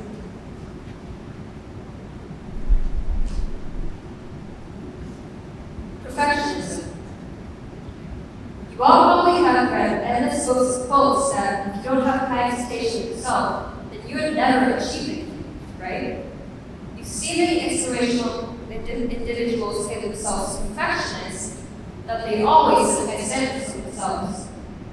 Yet you probably have found out the damage you create, just like everything has pros and cons. So, what even is perfectionism anyway? The philosopher Stanley Cavell develops the concept of moral perfectionism, defining it as an idea that there is unattainable self, attainable self that one ought to strive to achieve. However, the reality is, not only is perfectionism terrible for one's mental health, but unless they get a check on it, it's also going to prevent them from ever living up to their mental potential. So let's break down the concept of perfectionism first. There are 3 types of perfectionists: self-oriented, socially prescribed, and other-oriented perfectionists. Self-oriented perfectionists are the ones who give rise to the feeling that they must be perfect from within themselves. These perfectionists are very self-critical, they feel immense pressure to be the best and worry that others will reject them. Receiving external standards and status from family, workplace, culture, and society can lead to anxiety and low confidence. This is probably a type of perfectionism that people most commonly do. Socially prescribed perfectionists are the types who try to live accordingly to the level and standards set by society. And perfectionists who are other-oriented, as they hold others to high standards, can be critical and judgmental, and can lead to destruction of the weak. It's hard to build working relationships under these conditions, which is why this variety is so detrimental. And according to the study at NYU, all of these types of perfectionists have tripled in number in the last decade.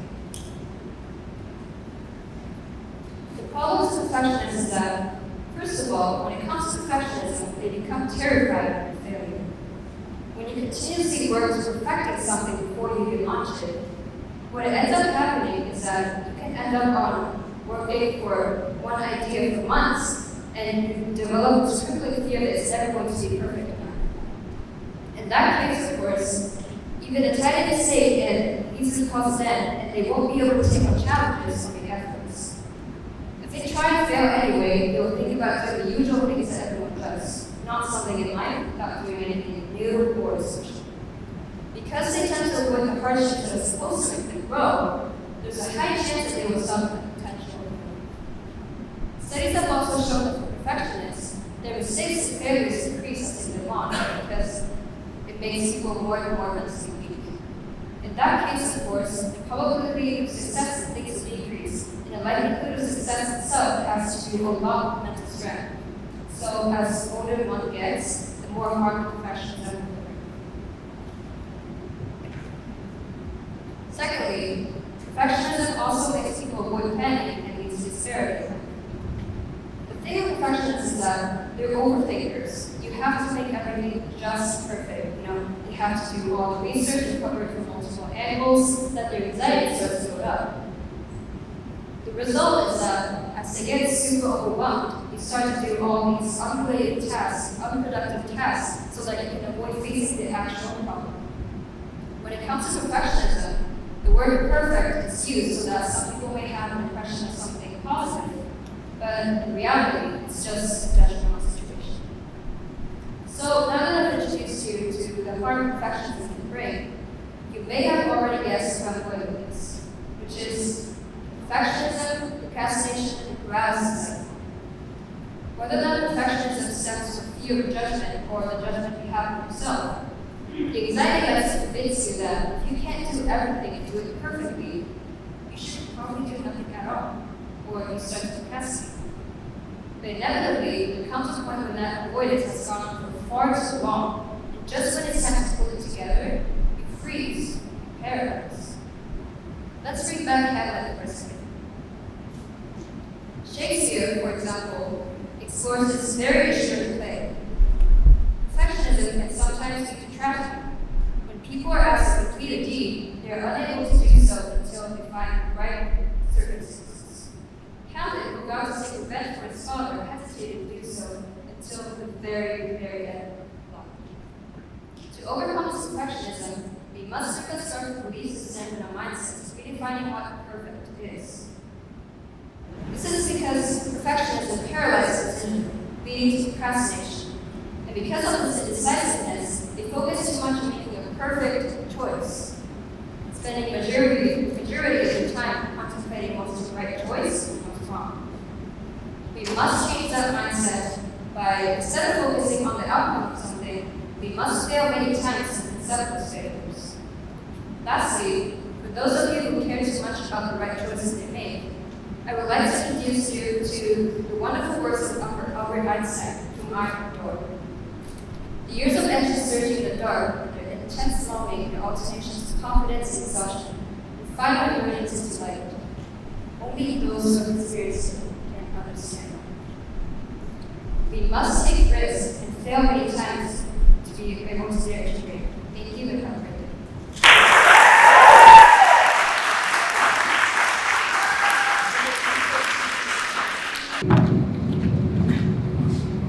Thank you, Karen. What's an insightful speech. I think many people can relate to what Karen has talked about. And as a perfectionist myself, I felt every single word. Now, let's hear from our math speaker, Sumin Lim, a 10th grader from Concordia International School, Hanoi. She will be sharing with us the topic of academic burnout, something that a lot of students have faced. Welcome to the stage, Subi.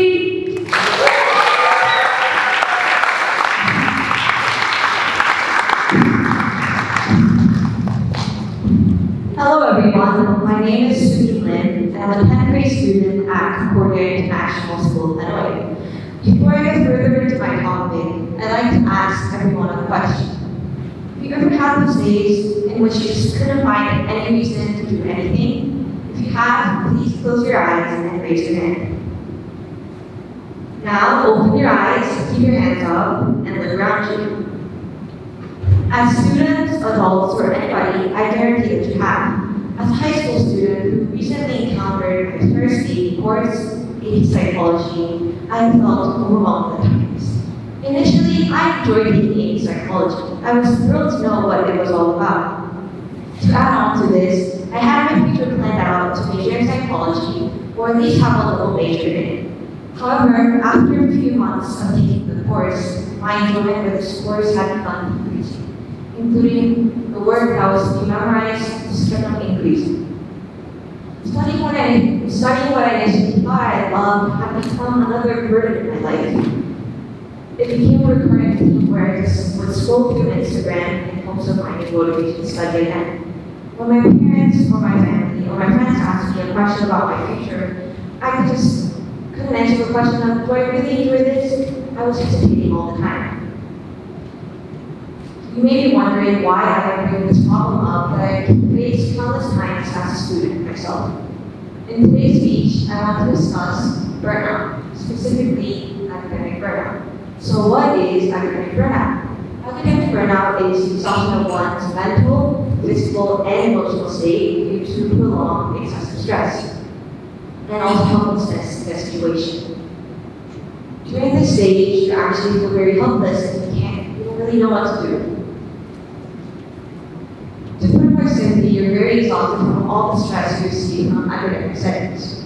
In academic burnout, there are 5 main stages: honeymoon phase, onset of stress, chronic stress, burnout, and habitual burnout. The first stage of academic burnout, honeymoon phase, sounds rather optimistic, far from what we would imagine when we think of burnouts.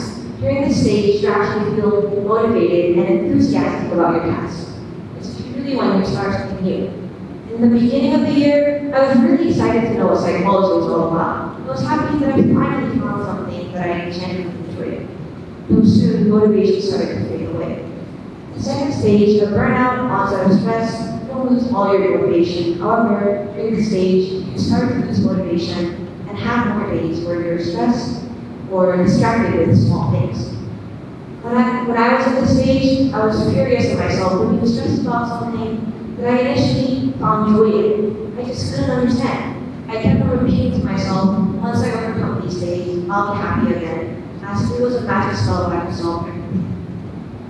The third stage of academic burnout chronic stress is when you show emotional and physical vulnerabilities. You react more aggressively and sensitively towards small things. For example, I was really mad at my siblings for being loud while I was working.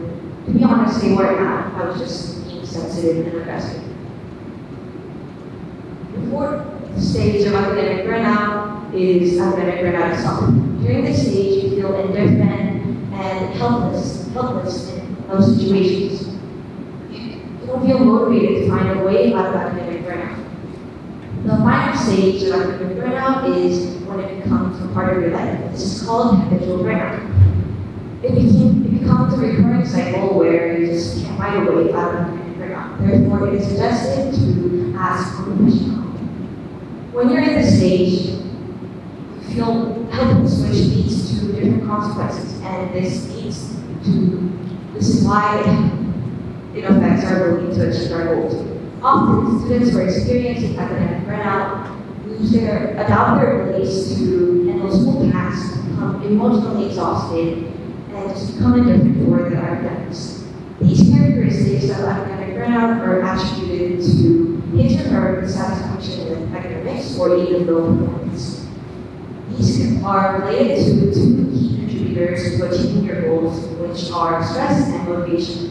In order to achieve a goal, there must be an adequate amount of stress. With too little or too much, people struggle to achieve their goals. In the case of academic burnout, you experience long periods of decreased motivation and increase in stress. We look for the perfect amount of stress and motivation similar to how we level about others. In the first half of semester 1, I was actually excited to know more concepts about psychology. Different approaches using psychology. How fascinating is that? And how genes affect our behaviors. That was very interesting. But as I reached the end of semester 1, I found myself lacking motivation to even open the textbook. Have you ever had those days where you just wanted to throw all your school stuff out and then give up on everything?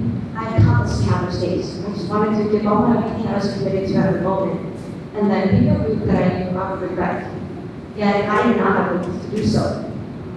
The helplessness and the stress you receive from academic burnout results to sleep deprivation and hyper-school breakdown. This has happened to me. Though I hope you have not had this experience in your life, I guarantee that most of you must have. When you're in this stage, you feel irritated with yourself for not being able to change it. The complexity of these emotions lead to self-hatred where we start to doubt ourselves. During this academic burnout stage, it's easy to stop making progress towards your goals or struggle to take a step towards your goals. A research by OPICS on academic burnout and its effects on goal orientation and academic performance shows that students who are experiencing academic burnout tend to have lower performance than students who don't, or they just have less commitment to their academic life. This leads to a diminution in your interest towards your academics, which means you're less likely to achieve your goals.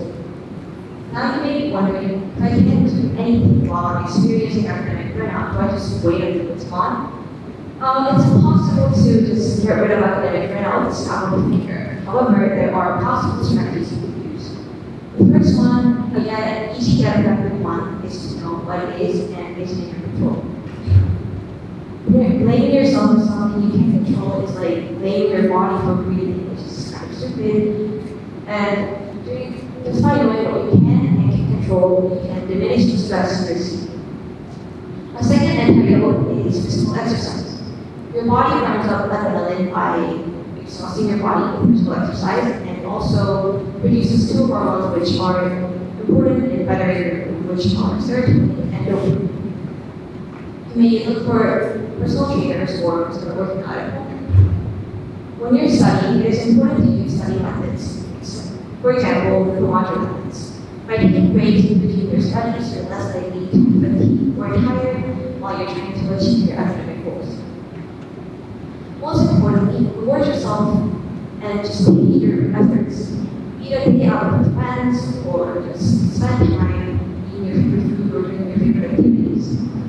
Though not all strategies that are listed will work because everyone is different, the more you to try them out if you're experiencing academic burnout or you want to prevent from getting academic burnout. Although it will be impossible to avoid stressful situations, you need to set goals. We thrive on partners. Though it may be true that we have limited time to achieve our academic goals, you need to set a plan and take time to achieve them. Don't rush ahead so much and let it slow you. Thank you.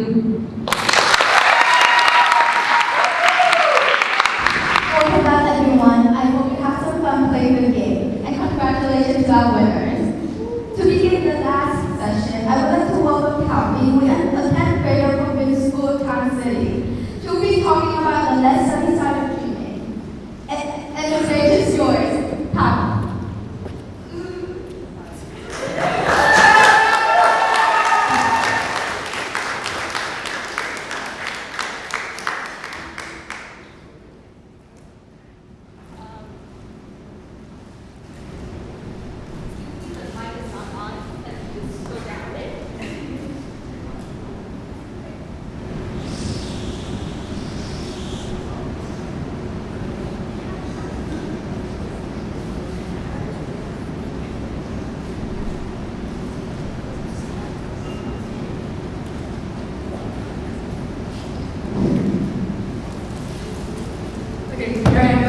Hello, everyone.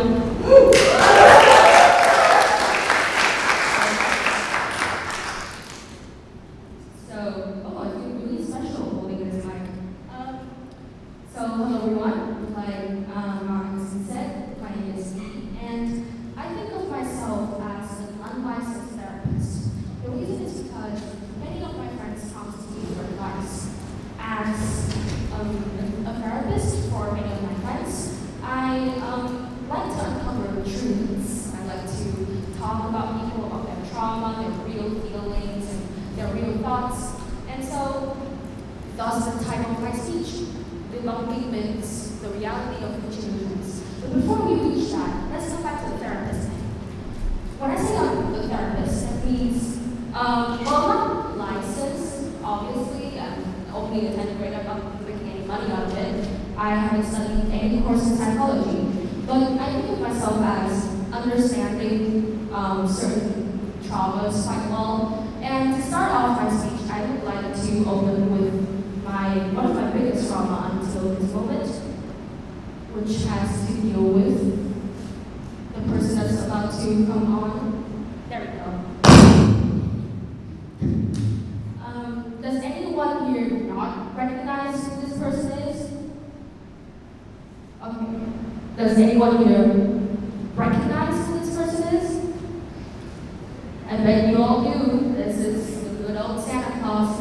Now, when I was a young girl, I lost my hat once. And on Christmas Day, I found my hat sitting behind the curtain with tons of candies and chocolate. And that fueled my love and my admiration for Santa Claus. Now, I continued to believe in him for 14 years despite seeing fake Santa Claus parading through the street every single year. And I think of all of my friends as fools because I didn't believe in Santa Claus. He's giving you all the presents, he's taking care of you, he knows if you're naughty or nice. What's the reason not to believe in him? And then one day, specifically someday in 2019, December 2019, I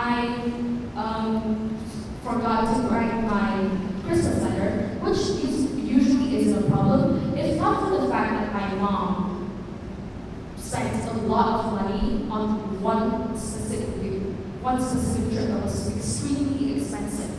Now, on the morning of Christmas Day, I woke up and I ran under my fake Christmas tree, made from plastic, but I didn't recycle it.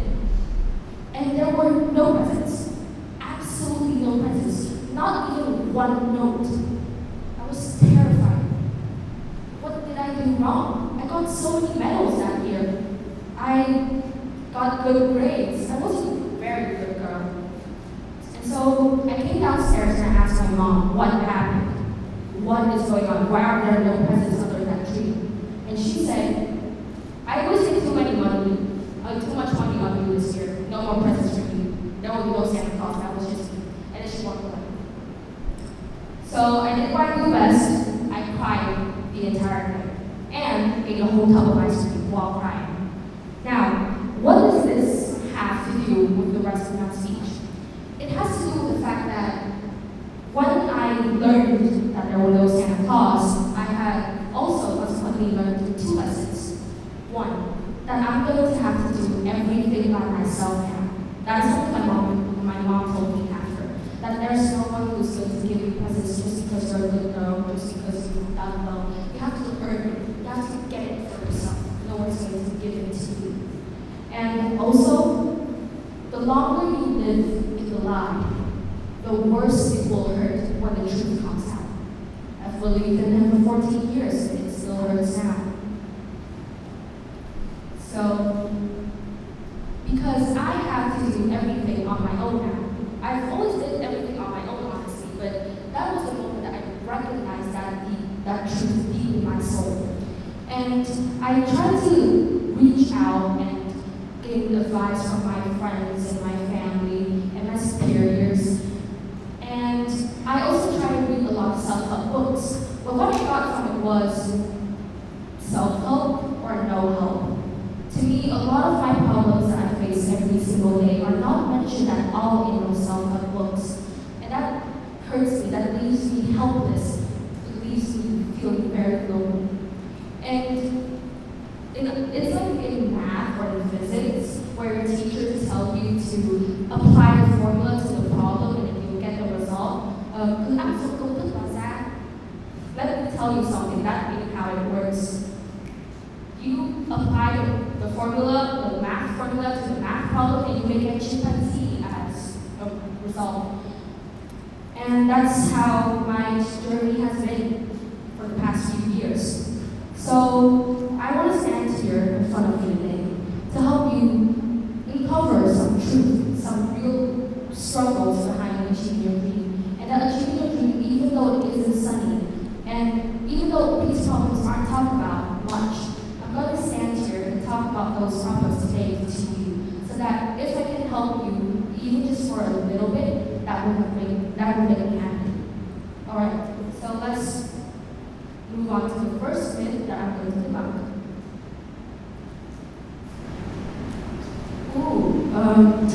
That's awkward. Let's return to the first slide. There we go.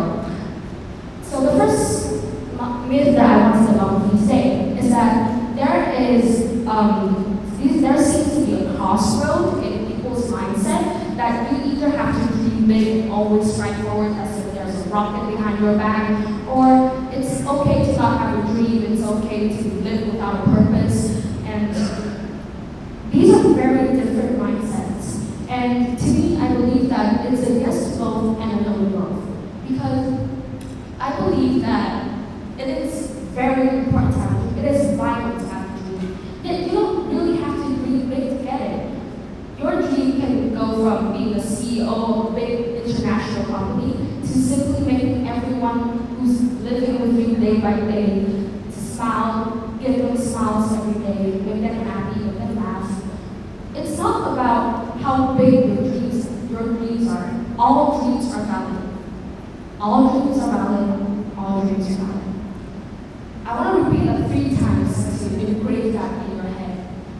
All dreams are valid because it keeps you living. It keeps you breathing for another day. It keeps you smiling and going through whatever struggles you're going through daily for another day. So that's my first takeaway. Second of all, okay, I bet you all know who that is, but we're going to get to that later. The second myth that I want to debunk with you is that achieving your dream is a valiant journey. Many people think that achieving your dream means, you're going through it like a knight in shining armor. You're going through all your struggles with such power, such vigor. But the truth isn't like that. you're more Shrek than James Bond.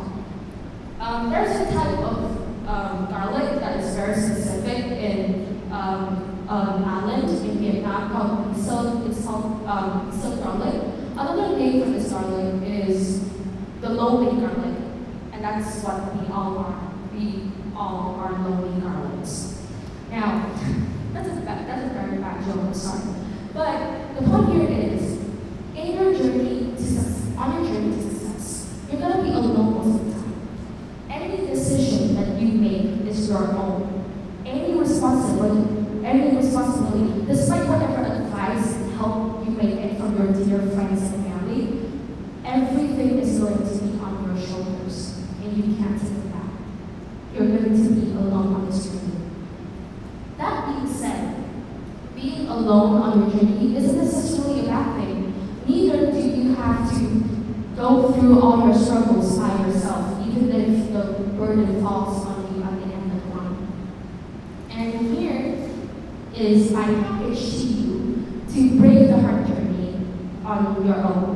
Now, who here knows what the name of the album over there is? Does anyone know? You over there. Hell yeah. This is an album that I really love and that got me through one of my most depressing moments. It's called Love Yourself. And like the title of the album, I think the key to braving the hard journey is to love yourself.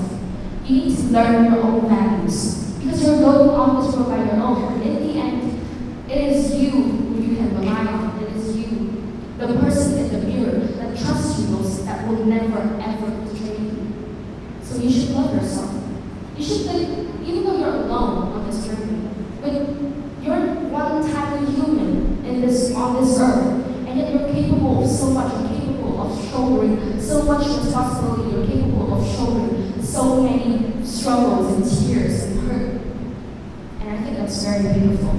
Next is the Band-Aid. Now, you can think of the Band-Aid in two ways.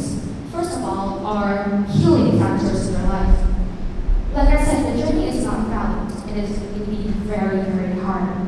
And an example of how hard a journey can be is present in both physical and mental aspects. Like for example, before I went to the World Scholars Club Global Round, I stepped on a pin and I had to stay in the emergency room for like a day or two or something. And mentally, I cried a whole lot. I cried almost every single day for 1 or 2 months before the Tournament of Champions of said competition. So the journey is very hard, but that doesn't mean that you can't heal yourself from those things. And that's when the Band-Aid comes into play. Your friends, your family. Even though the responsibility is your own, don't hesitate to reach out to your friends or your family. Don't ever make yourself feel like you're being victimized and that you're completely desolate. There's always help. There's always love for you. And appreciate them. Another thing about this Band-Aid is that I think all of us here knows the saying, rip off the Band-Aid, which means to do something hurtful quick, so that the hurt will pass away more quickly. And that is what I'm trying to do today, standing in front of all of you in this big red circle. I'm trying to tell you that the truth is hard and the truth is harsh, and it's going to hit you in the face. But the quicker you embrace it, embrace the struggles, embrace the hard truth, and prepare yourself for it, to bring yourself forward, to strive forward. Don't run away from the truth. It's never good for you.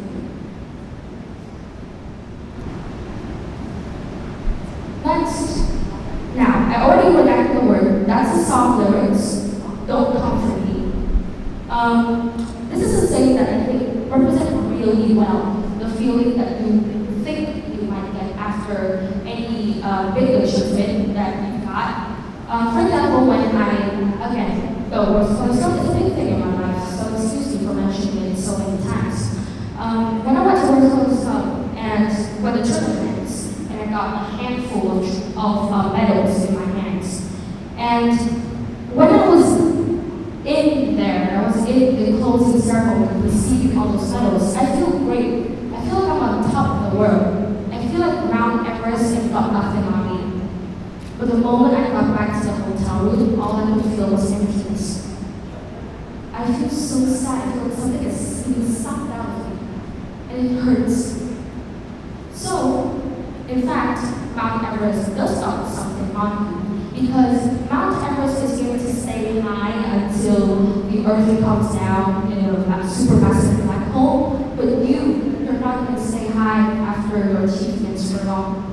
As human beings, we adapt to everything really, really fast, and it's really scary. And sometimes it really leaves you breathless.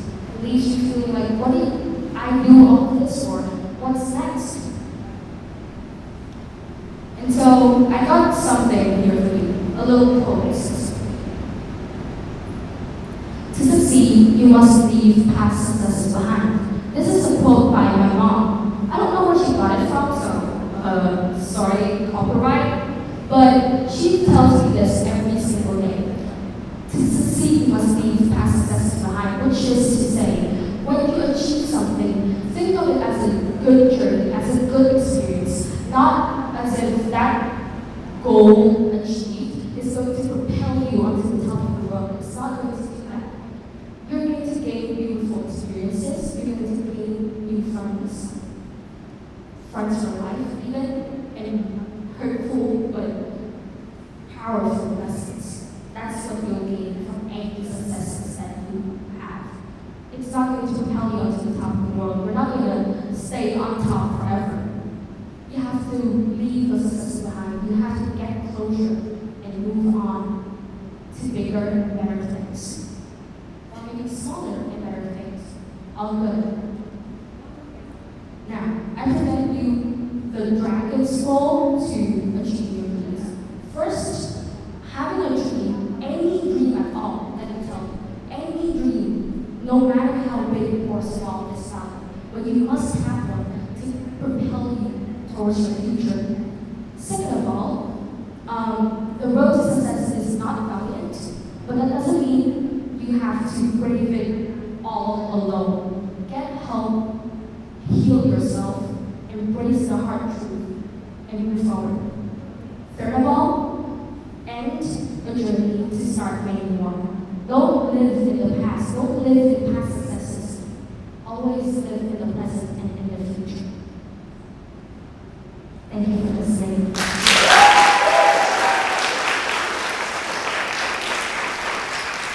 Thank you, Papi, for that amazing speech. A lot of us will probably have to face a lot of obstacles while trying to achieve our dream. But the most important thing is to not let them discourage us.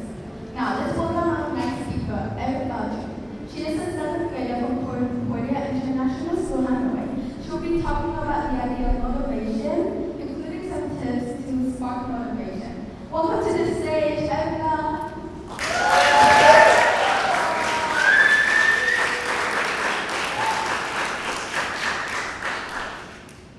Hi everyone, my name is Erica and I am from Concordia International School, Hanoi. Did you know that only 15% of employees in the US are actually motivated for their jobs? That means that in your workspace, only 1 out of 7 people have the motivation to get them working. This might not sound like a big deal for you, but motivation is much more important than you think. Motivation plays such a big role in achieving your dreams that we cannot pass by without talking about it. So, what exactly is motivation? Motivation is a driving force inside you that makes you want to do a certain thing. Motivation is like the gear in your automobile. In my talk today, I hope that you can get a basic understanding of what the 2 types of motivation are and how useful motivation can be in your life. The 2 types of motivation are intrinsic motivation and extrinsic motivation. First is intrinsic motivation. Intrinsic motivation is where you get an incentive to do something because of your internal thoughts, not other people's thoughts. You do things for your satisfaction. The some features of intrinsic motivation are curiosity, interest, acceptance, and power. of intrinsic motivation might be that you go for a run every day because you feel refreshed and energized every time you do it. Next is extrinsic motivation. Extrinsic motivation is where you perform tasks because of the external environment. You do things to satisfy others, such as your parents or your peers. Some features of extrinsic motivation are awards, family, and team. Money is a common extrinsic motivation. A person might go to their job every day instead of doing something that they love, just for a paycheck that will keep their lifestyle stable.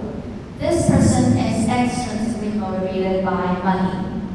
Another simple example of extrinsic motivation might be that a person goes for a run every day because their family is pressuring them to get some exercise. Now, let me introduce you to my two beloved friends.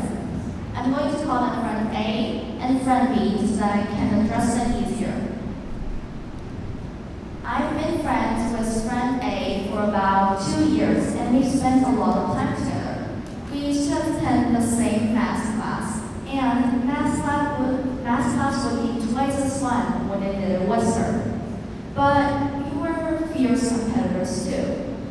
We always wanted to get ahead of each other in our math progress. One day, she showed up to math class with 20 extra pages of her math book solved. At that moment, I was really annoyed, but at the same time, I was so fascinated about how fast and great she can work when she had an actual motivation.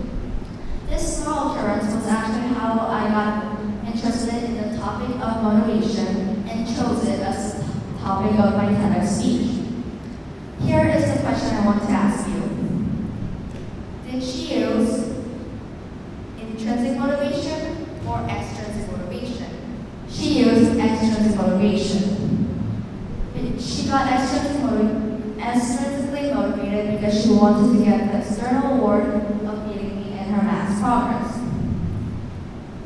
Hold on, I could have just continued on my speech there, but let's dig in a little bit farther.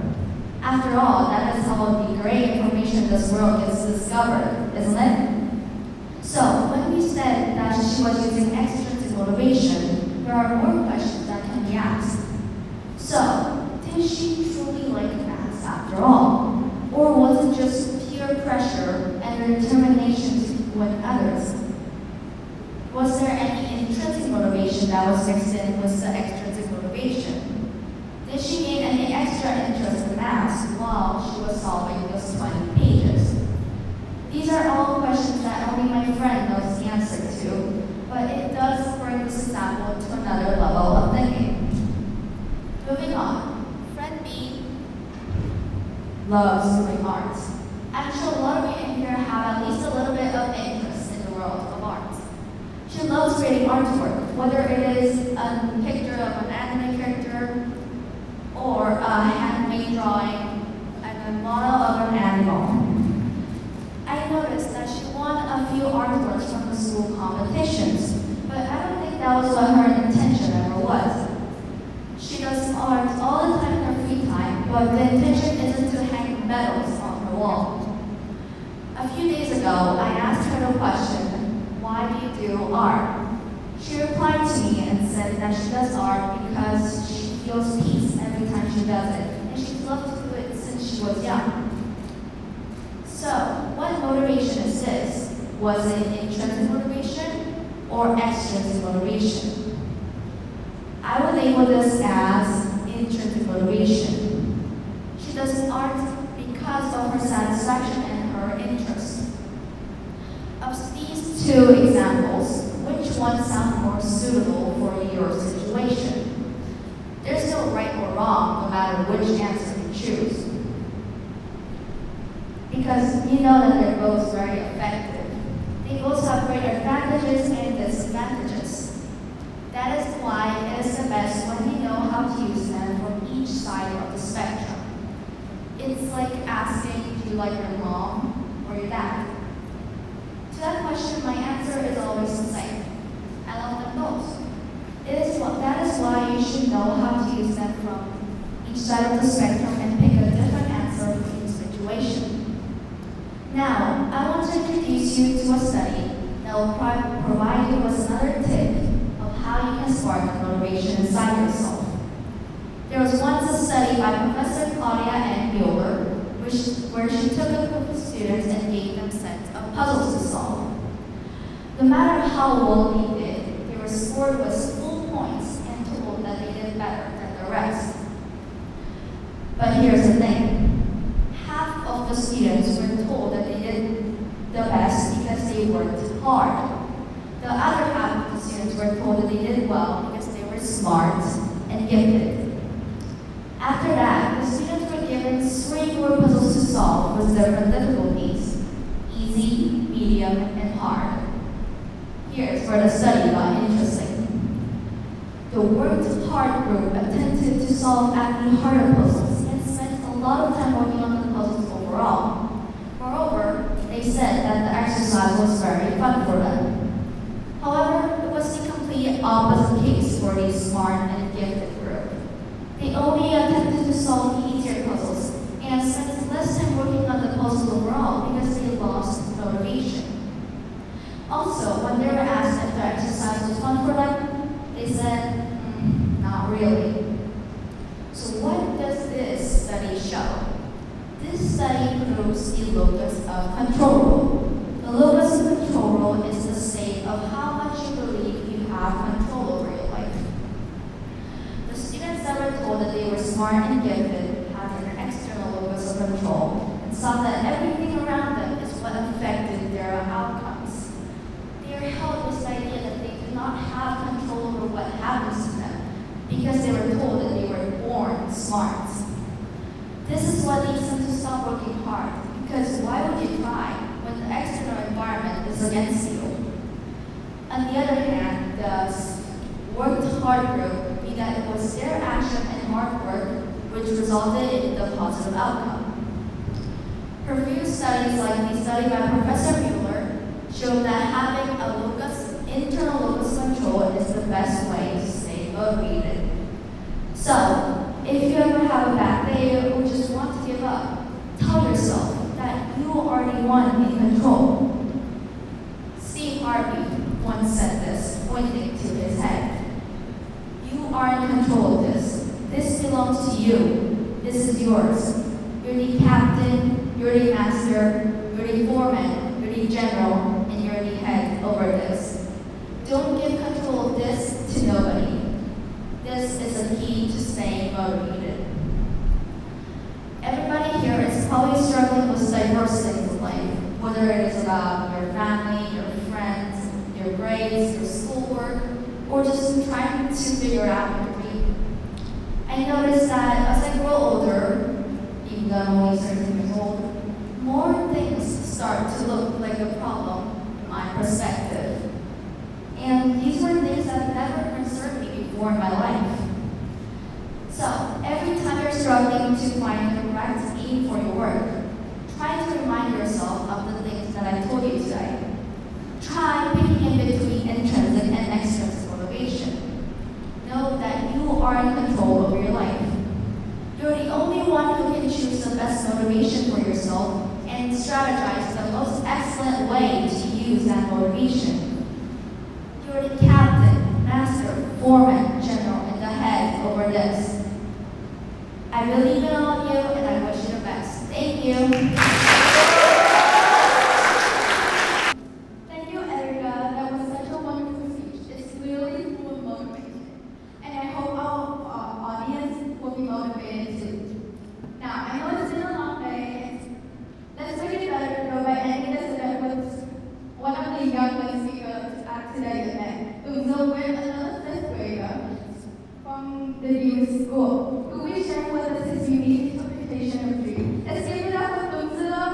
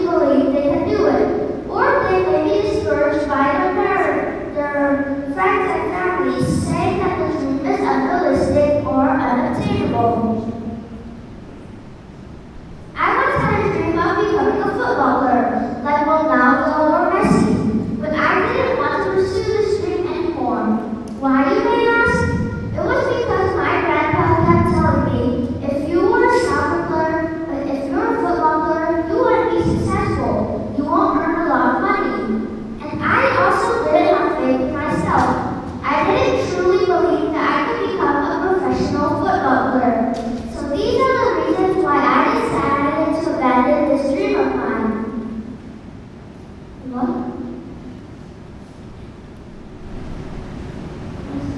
Okay, to summarize, the first reason I mentioned was the inability to push through difficulties. The second reason is the wrong understanding of the goal-setting process. And the third and final reason is they do not have faith in themselves or support from family members. Like I mentioned, dreams are very important. So what does dare to dream mean? Dare to dream means having the courage to think beyond one's reality, think towards a better future. And in this sense, I'll talk to you about how you can, my advice is for you to achieve your dreams. In order to fulfill a dream, you need to have a combination of two things, going through the grind and being grounded in reality. Let me just explain what I mean by this. First is going through the grind. To achieve a certain goal, you have to execute it. You must put in a lot of time and dedication to make your dream a reality. It's not enough to just dream things up and expect it to happen like in the movies. Have you ever heard of the phrase, going through the grind? This is a phrase which people that love going to gym use. They're either on the grind to get a six-pack or 11 line abs. So if you're someone who is trying to achieve a goal, you should also be on the grind towards that goal.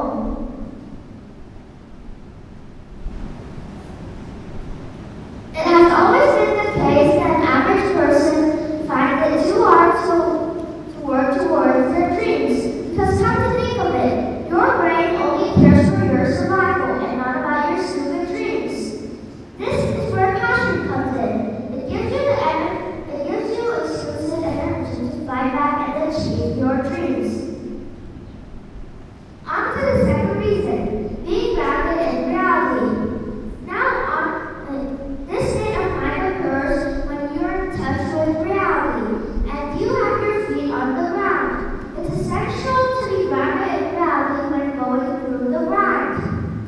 One of my friends said that he wanted to be a billionaire when he grows up. I won't name any name here. Well, however, there are 0.00002484532% of the world's populations are billionaires. That's 1 in 4 billion people, and that's not a lot. So it's safe to say that this friend of mine is not very grounded in reality.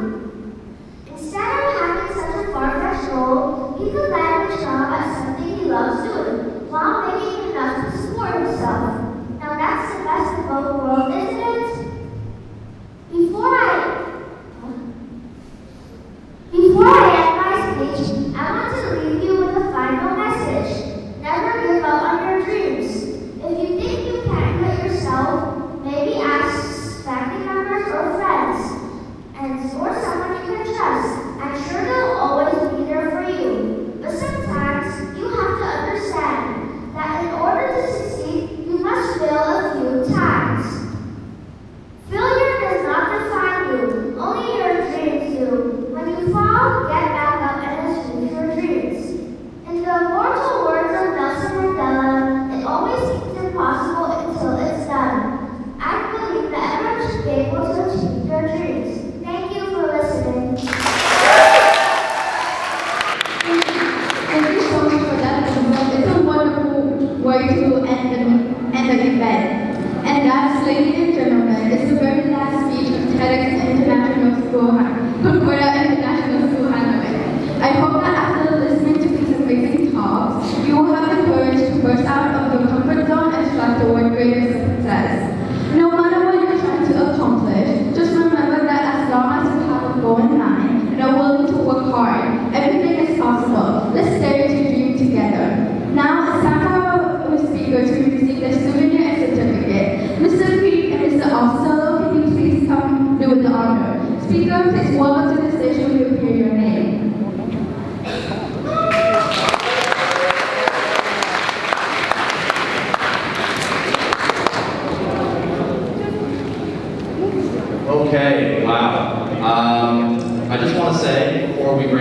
speakers back out onto the stage, that watching this event come together has been both an honor and a privilege. The ups and downs of planning an event like this during a pandemic have been severe at times, but watching an amazing group of students come together to persevere and make this event a reality is just incredible to see. I think that all of them coming together and doing this and demonstrating many of the themes and topics that they talked about in their presentations today is what allowed this to happen. And honestly, this event is evidence of what happens when a group of motivated people get together and dare to dream. So please, let's give everyone a round of applause.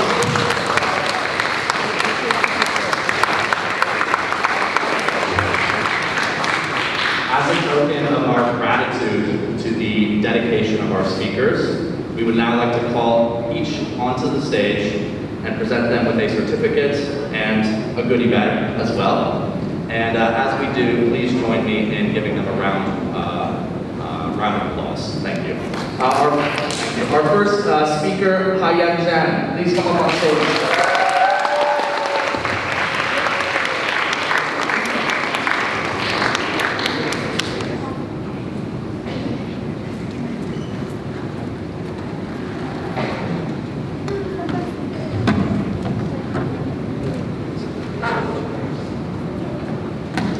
Our second speaker, Huang Ang Akdo, please come on stage.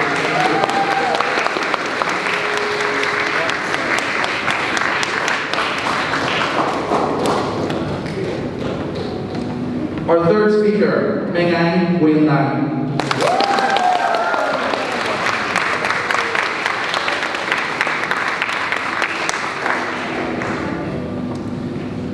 Linh Dan Pham.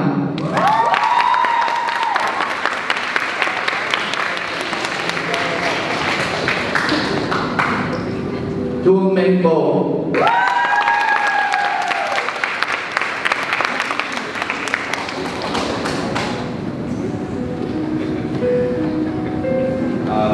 Di Cao Duong.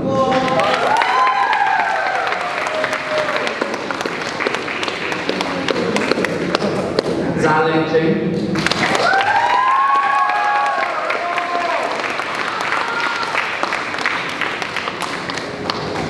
Karen Iwashiro.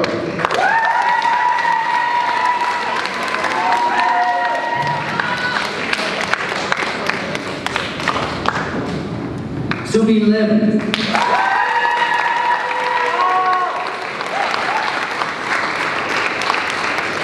Cao Binh Nguyen.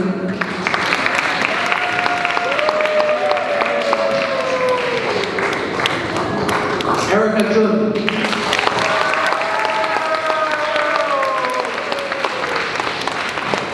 And last but not least, Tung Tung Nguyen.